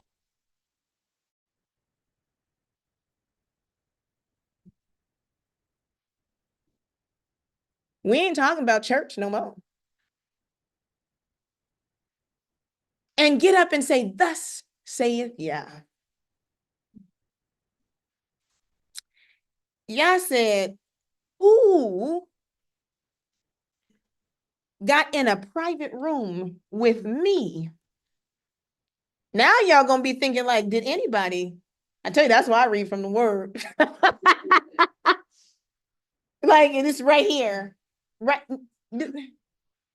He said, so you telling me, they telling you they had an audience with me? And I've already told you what the qualifications for an audience with me is? And you have nerve enough to still believe what they say? Because they say it loud or a lot of people log in when they do? He said, are you crazy? Nobody listened to Jeremiah. So if that is your qualification for validation, you're deceived. They got this many followers. Like, subscribe, listen. Then you would have found yourself with the lot of them that were lost. See, not everybody who went against Yah did so just because they hated him so much. They believed what they were being fed. They neglected to do the heart work. Yah was like, you can't come before me proud. You can't come before me with your own righteousness. He like, you can't even come before me in your own clothes. The priests had to wear certain garments to enter before the presence of Yah. Esther went before an earthly king and had to go through a ritual for it. Xerxes was a whole ditty. He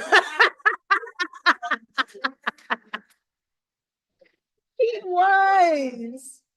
He baby oil parties and have nothing on him. Nothing. It ain't new. It's just true. Nothing. He wanted his own wife to come out as a part of the laughs, but after they had already got drunk and ready to do what they do in Persia, he like, yeah, y'all want to see something? She was like, look, I'm tired of this. Like, she's like, we're not doing this. He was like, I'll get rid of you. I'll get a whole bunch of other ones. He was sad. Like, this is real. He's like, and when she got ready to approach that king, she came correct. She had people pray and fast for her before coming before an earthly king. But you got people doing ministry with no friends, with no accountability, with nobody to see them and their humanity, nobody to pray for them. And they can't even pray for them, right? Because they lying to them too. You got people going before Yah, uncovered. And they want to talk to you about covering your head. Yah said, literally, how they get access? See, one who has access should at least know the person in the room and what to bring and what not. You got people on podcasts talking about, oh, when you enter into before the presence of God, and when you finally get to experience him, like, how could you not? And I'm sitting here like, I hate that I follow you on Instagram. Because I have questions. I really have questions. Because what if you thought you were going before the presence of God and you ain't never been before? Now we're at the good part. This is my favorite part of the whole lesson. You guys rolled with me. Because like, what if? That is like, what if? I mean, does the Bible ever talk about that? Ever?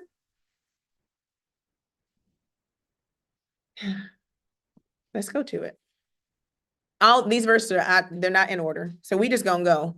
I shouldn't even tell you where they are, just so people can just be like, wait, what? There is this idea that somehow you can get into the presence of Yah just by identity, just by some things, because guess what? Have people come before Yah and been imperfect? Absolutely.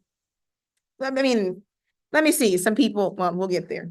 There's some people that have come before Yah who have been and have stood in this council and perceived. We'll get to those people in a second. But let's just look at a couple of verses. This idea that you don't have to obey Yah to come into his presence. This idea that you can come into his presence in your own authority, in your own power, or just because you're his child. See, I know the judge that has overseen my case, she got kids. You think they can just walk in her courtroom any old kind of way, though? See, I ain't your mama in this courtroom. I'm not your grandma in this courtroom.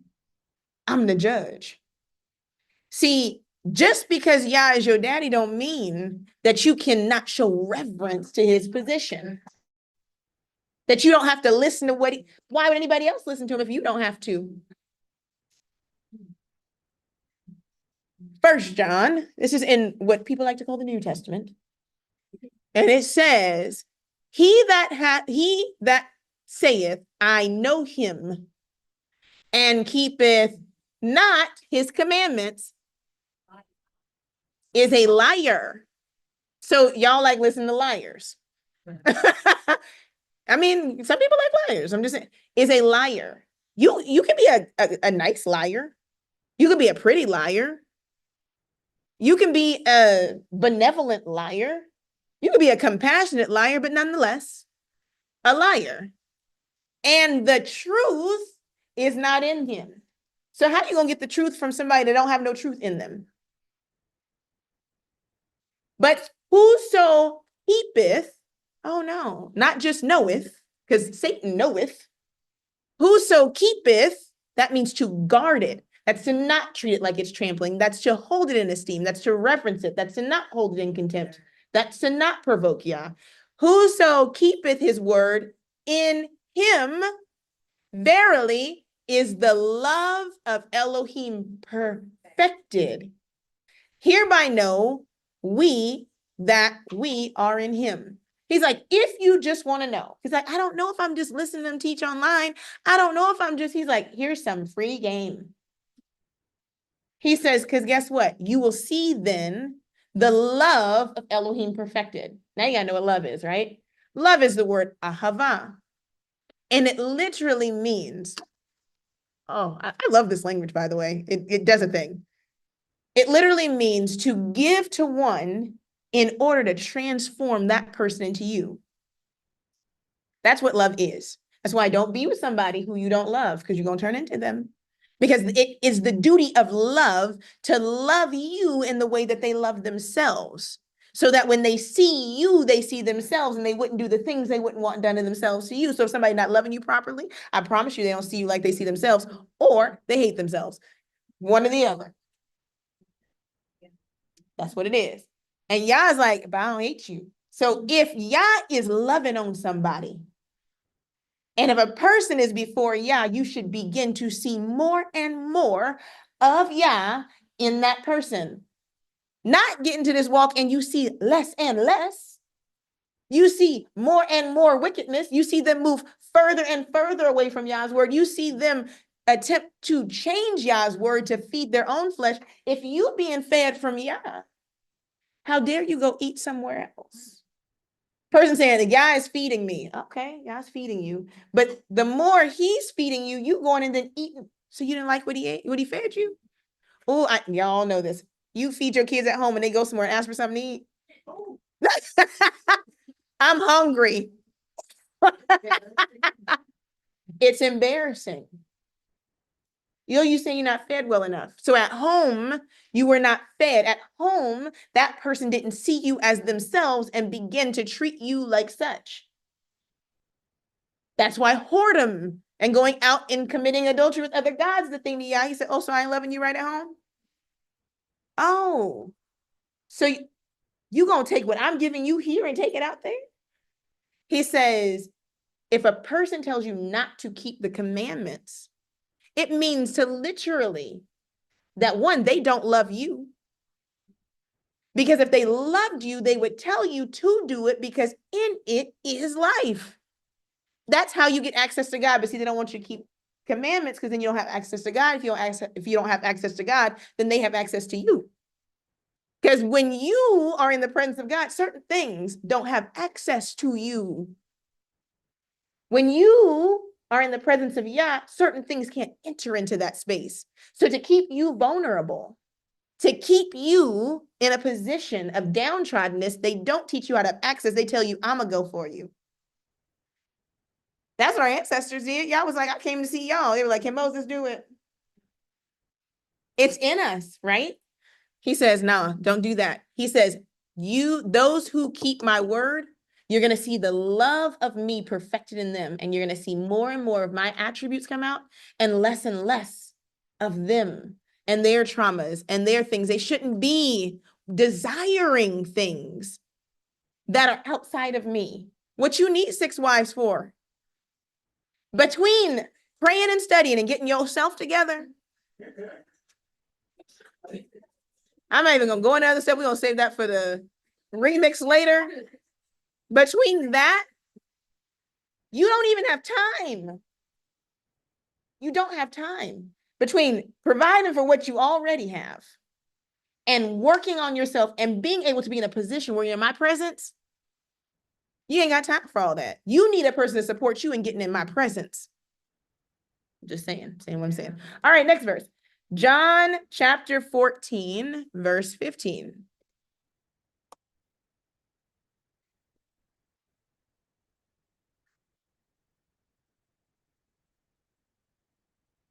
Okay, here's another one. This is in red for all of you people who are like, well, that was John. Jesus came so that we may not have to live under the law. He came and fulfilled all the commandments. Okay, well, y'all like to call y'all a lie, so you'll probably call Yeshua one too, but let's just see what he says. He says, if, y'all know what if is, right? We don't have to go like I did my students. Define if. If you love me, because I'm not saying you do, but if you do, keep my commandments. Okay, but what commandments? Says the commandments, because there's no other commandments, because I've already told you at the beginning of John chapter 1 that the word became flesh. There ain't no other words. So there's only one commandment. So all those people, we only have to keep the commandments of Christ. I'm like, so y'all miss, we don't get to that. I'm gonna give this verse. Y'all missed the, here, I'll just bring it up. I'm gonna go Old New Testament first. You guys missed this one. Then said I, lo, in the volume of the book, it is written of me to do the will of Elohim. Okay. So the whole volume, there's only one volume, by the way. Right? But because that may not be clear, let's just go to Psalm 40:7. I love when things actually are easy to remember too. Then said I, lo, I come in the volume of the book, and it is written of me. I delight to do the will, O my Elohim. Yea, thy law is written in my heart. I have preached righteousness in the great congregation. Lo, I have not refrained my lips. O Master, thou knowest, I have not hid thy righteousness within my heart. I have declared thy faithfulness and thy salvation, and I have not concealed your loving kindness and your truth from the great congregation. What is Yah's loving kindness and truth? It's in his word. So if you are just keeping the commandments of Christ, then I must ask who Christ is. Because if it's the Christ of this book, then the whole volume of the book is him. It. I don't know another way to put it. The word became flesh and dwelt among us. All right. But, John be lying too. So let's let's go to Matthew, because Matthew was there and maybe he heard something a little different, synoptic gospels. Not everyone that says to me, wait, you mean that the word is going to be at the judgment? Go figure. Not everyone that says unto me, Master, Master, shall enter into the kingdom of heaven, but he that knoweth Oh, you have to do something. Dang it. I thought once you got to this part of the book and it started turning red, you don't have to do anything. That's the blood all on the pages, just washing out everything that it says to do. He that doeth the will of my Father, which is in heaven. Many, only a couple of people gonna go to hell. Many will say to me, wait, the word is gonna be at the judgment? Goodness gracious alive. Many will say unto me in that day at the time of visitation, Master, Master, how about this? Have we not prophesied? Didn't he say it? Yah was like, I'm telling you, they be prophesying. Have we not prophesied in your name? Yeah. And guess what? In your name, we also even cast out devils, and it worked. And in your name, we did many wonderful works. It didn't just stop at a little bit. Wait, they did works in his name, casted out devils, prophesied. He said, and I'm going to tell them straight to their face, I don't know you. See, that's strange. When you were in your religious construct, it was like, oh, that's the people out there in the world. The deeper you get into this, you start realizing this is on your street. This is not them out there who just don't know God, who are just getting up when they get an award and say, thank you, God. No, these are the people who are prophesying. These are the people who are healing. These are the people who are keeping feast days. These are the people who are doing what they believe is the work, and their hearts are not transformed. They're doing it in their own right, in their own mind. If you think I'm lying, the spirit of Yah left during Samuel's time. He said there was no prophetic word. He had to wait for the little boy to speak. Eli was like, let me hear something. Because they were so far from Yah. Yet the temple was still functioning. Yet I'm sure people were still preaching. Eli was still the high priest. Roles and functions didn't leave. Who Yah was dealing with, that's what was leaving. If you think I'm just making stuff up, during Hilkiah's time, they had the temple in function and found the book of the law. What, oh what, my friends, were you doing in the temple?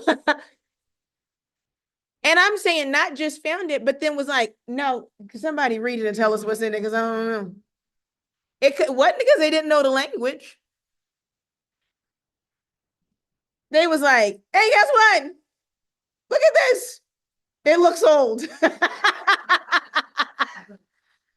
Oh, like, so that meant that they were worshiping.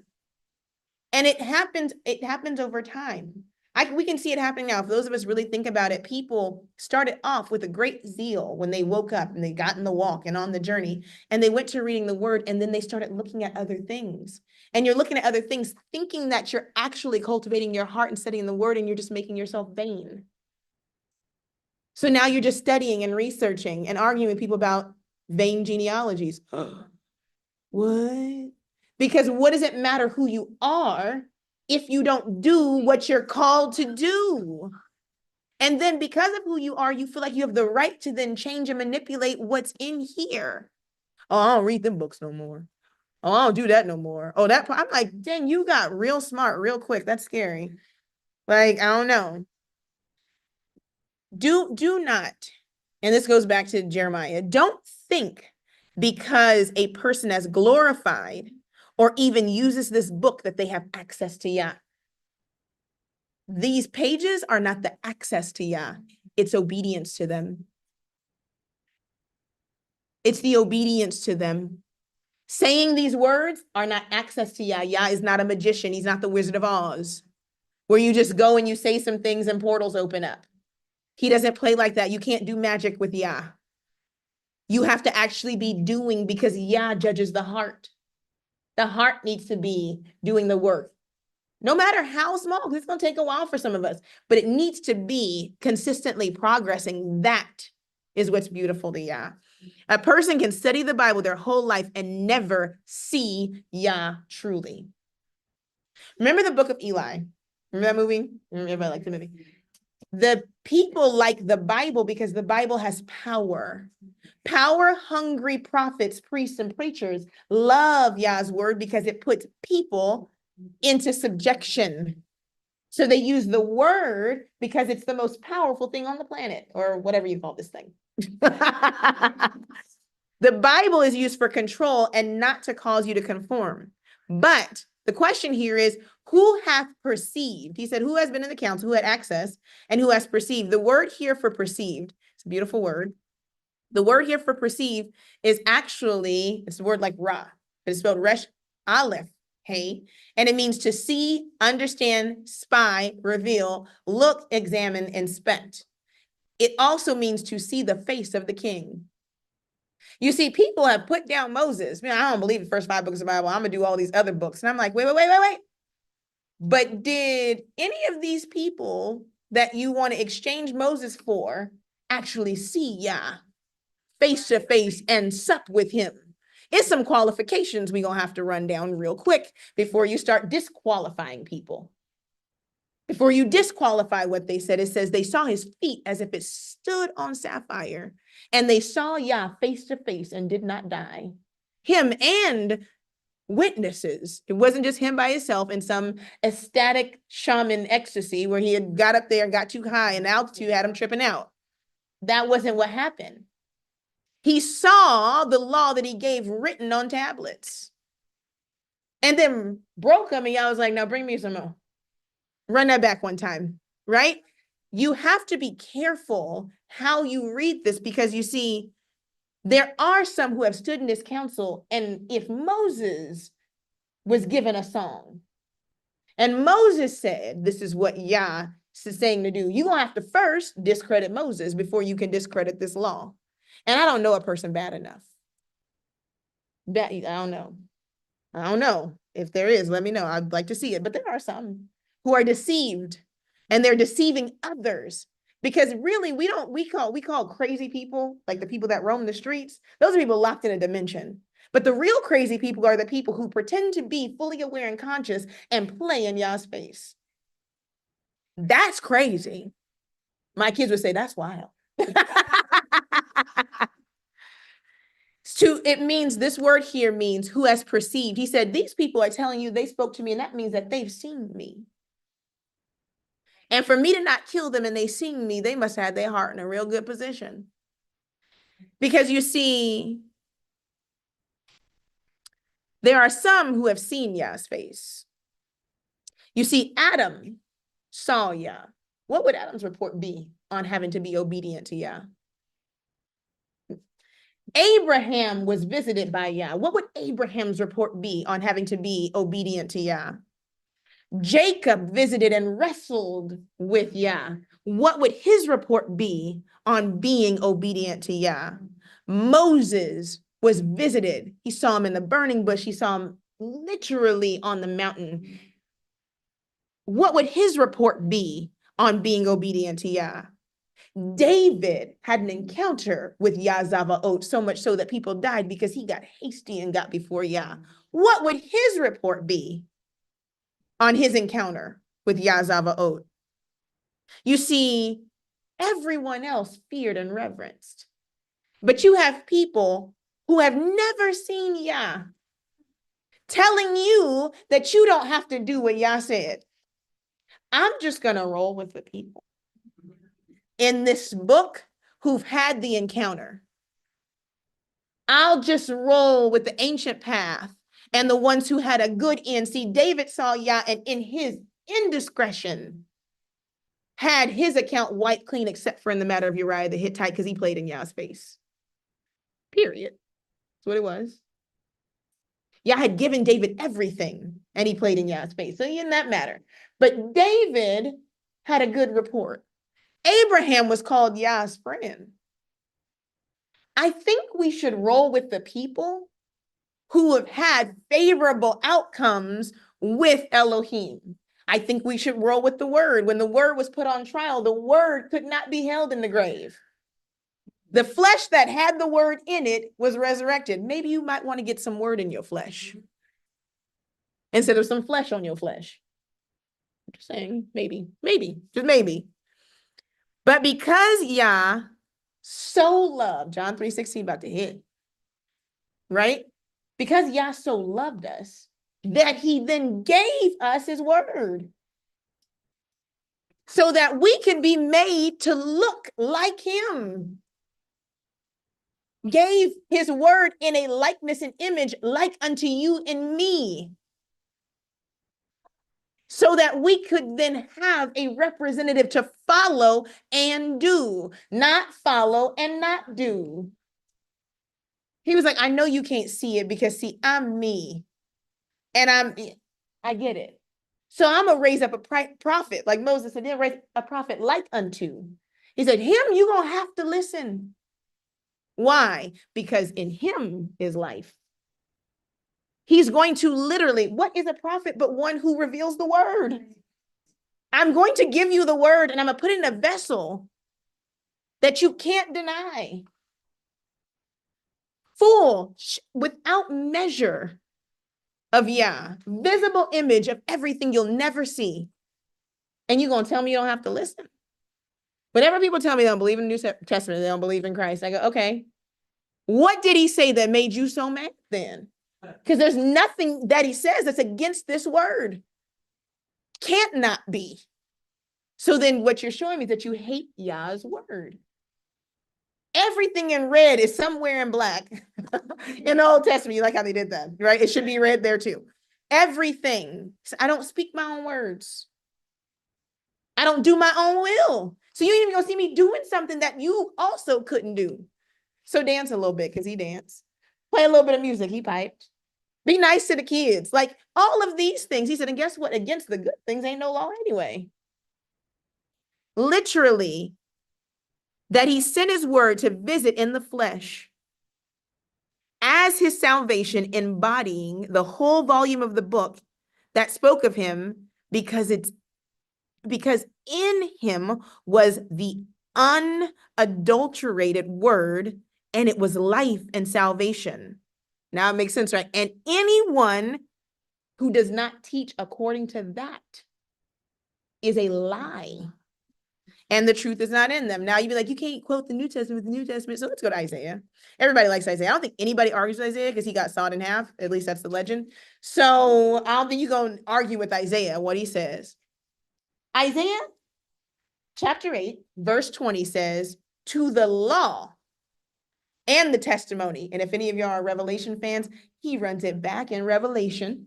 To the law and the testimony, if they speak not according to this word, it is because there is no light in them. But let's just go a little bit deeper, and I'm going to end with these verses. Let's go to 2 John. I like John. Chapter 2, verse 6.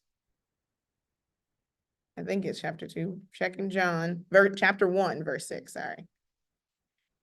And this is love. My leg is getting tired. That we walk after, this is not in the Old Testament, by the way, guys, after his commandments. This is the commandment, that as ye have heard from the middle, from the beginning, ye should walk in it. For many deceivers are entered into the world who confess that not that Yahushua HaMashiach is come in the flesh. This is a deceiver and an antichrist. If y'all was waiting for one, here you go. Look to yourselves that we lose not those things which we have wrought, but that we receive a full reward. Whosoever transgress and abide not in the doctrine of HaMashiach, this is in salvation. If you missed that, go back and read the Old Testament. Hath not Elohim.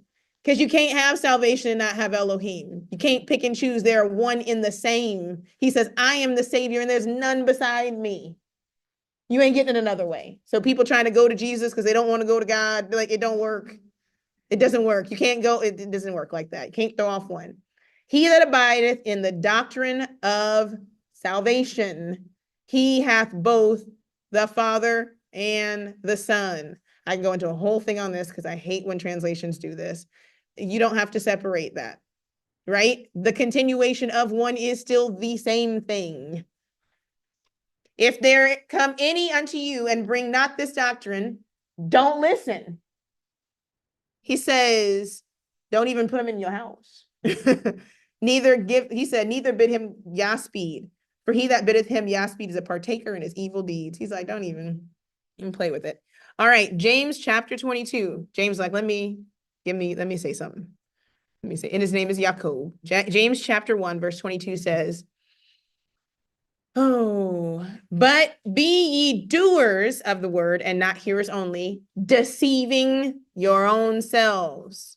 For if any be a hearer of the word and not a doer, he is like unto a man, y'all didn't heard this a million, that looks at his own face in the mirror, and literally when he goes away from it, immediately go, what do I look like? Let me go back. Forget what manner of man he is. But whoso looketh into the perfect law of liberty, it's freeing, and continueth therein, he being not a forgetful hearer, but a doer of the work, this man shall be blessed in his deed. All right. Luke chapter, I told you they're not in order. Luke chapter 4. Luke is like, I am a physician, but I'm also want to say something. Luke says, in Luke, he records, and why call ye me, same thing, master, master, and do not the things which I say? Whosoever comes to me and hears my sayings, this is the word speaking. It makes everything hit a little bit different. And does them not, I will show you to whom he is like. He is like a man which builds a house and dug deep and laid the foundation on a rock. And when the flood arose, the stream beat vehemently upon the house and could not shake it, for it was found upon a rock. But he that hears and does not is like a man that without a foundation builds a house upon the earth, against which the stream did beat vehemently, and immediately it fell, and the ruin of that house was great. Matthew chapter 15.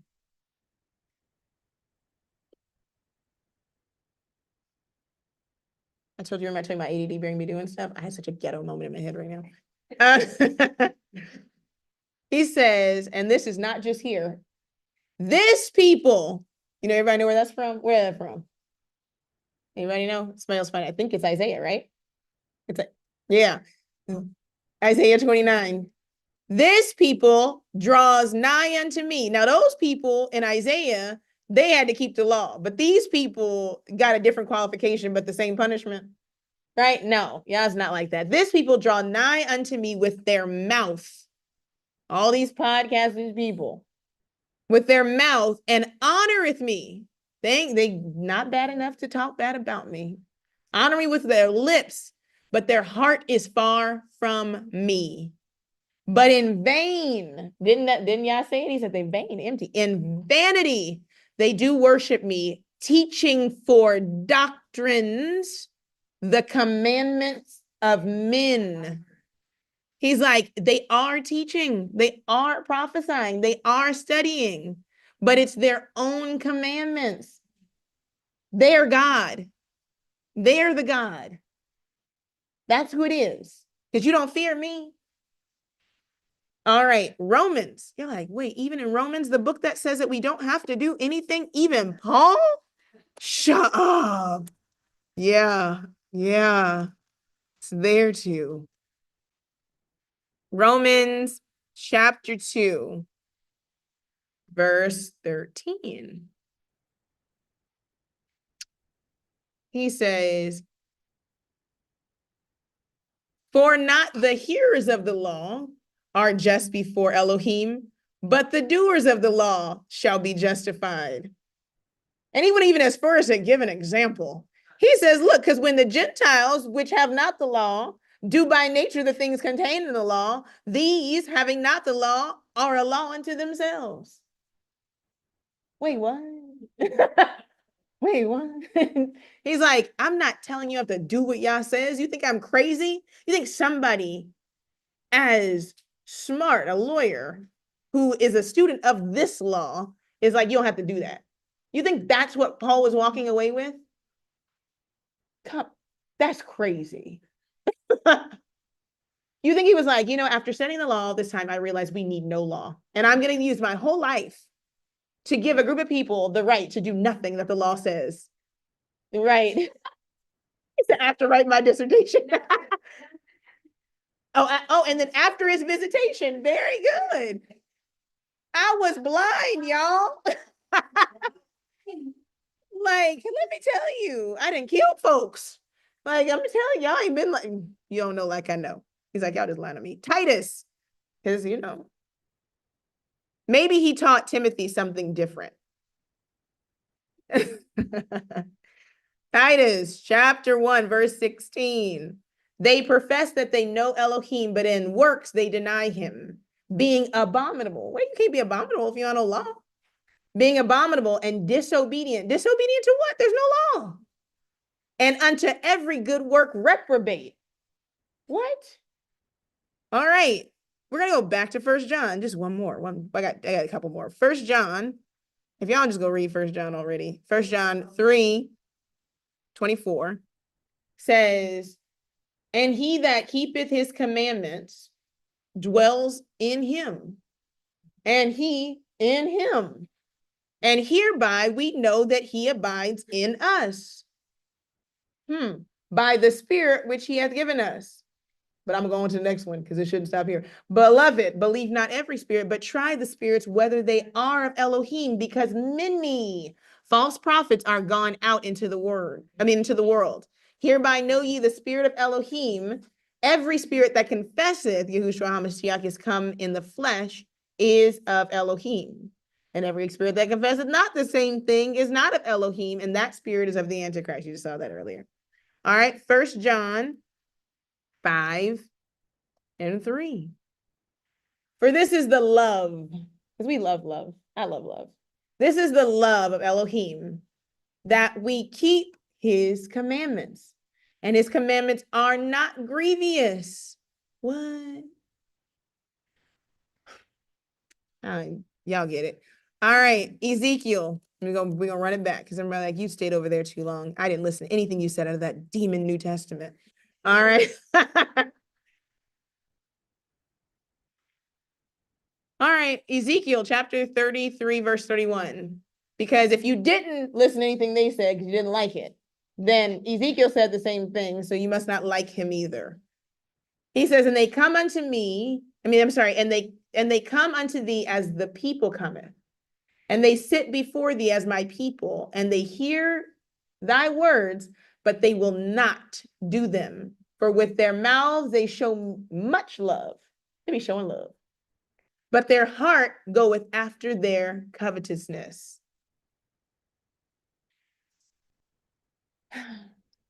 Jeremiah. Just finish right here. I'm done. Jeremiah chapter 23. Yeah, ends with this. And this is where we'll pick back up next time through the internets. Says, for who has stood in the council of Elohim? He said, who? Because these people stood in my council, and this is what they're saying. Who has stood in the council of Elohim? And who hath perceived and heard his words, and who hath marked the word and heard it. So if you ever wondered why Yah was indignant, he says, it's because of this. So that's why we have a verse 19, behold a whirlwind. He said, I'm getting ready to come through and tear up everything. And it shall fall grievously upon the head of the wicked. The anger of Yah shall not return. Now you understand why. It's so plain. He says, until he hath executed, that's going back to that Deuteronomy 32, until he hath performed the thoughts of his heart in the latter days, you will consider it perfectly. And this is where we're going to pick up next week, and I'm in right now, because if y'all thought he was playing, Yah said, I have not sent these prophets, yet they ran. I have not spoken to them, yet they prophesied. But if they had stood in my counsel and had caused my people to hear my words, then they should have turned from their from their evil way and from the evil of their doings. That's why he's upset. If you would have just told them what it said, instead of prophesying, then the people would have turned. He said, I know them just like I know the lying. I know what would have happened if they would have heard the truth. If they would have heard the truth and didn't have the option to disobey me and do what they wanted to do, he said, they would have turned. He says, in the latter days, you'll know. That's all I got. I'm gonna announce.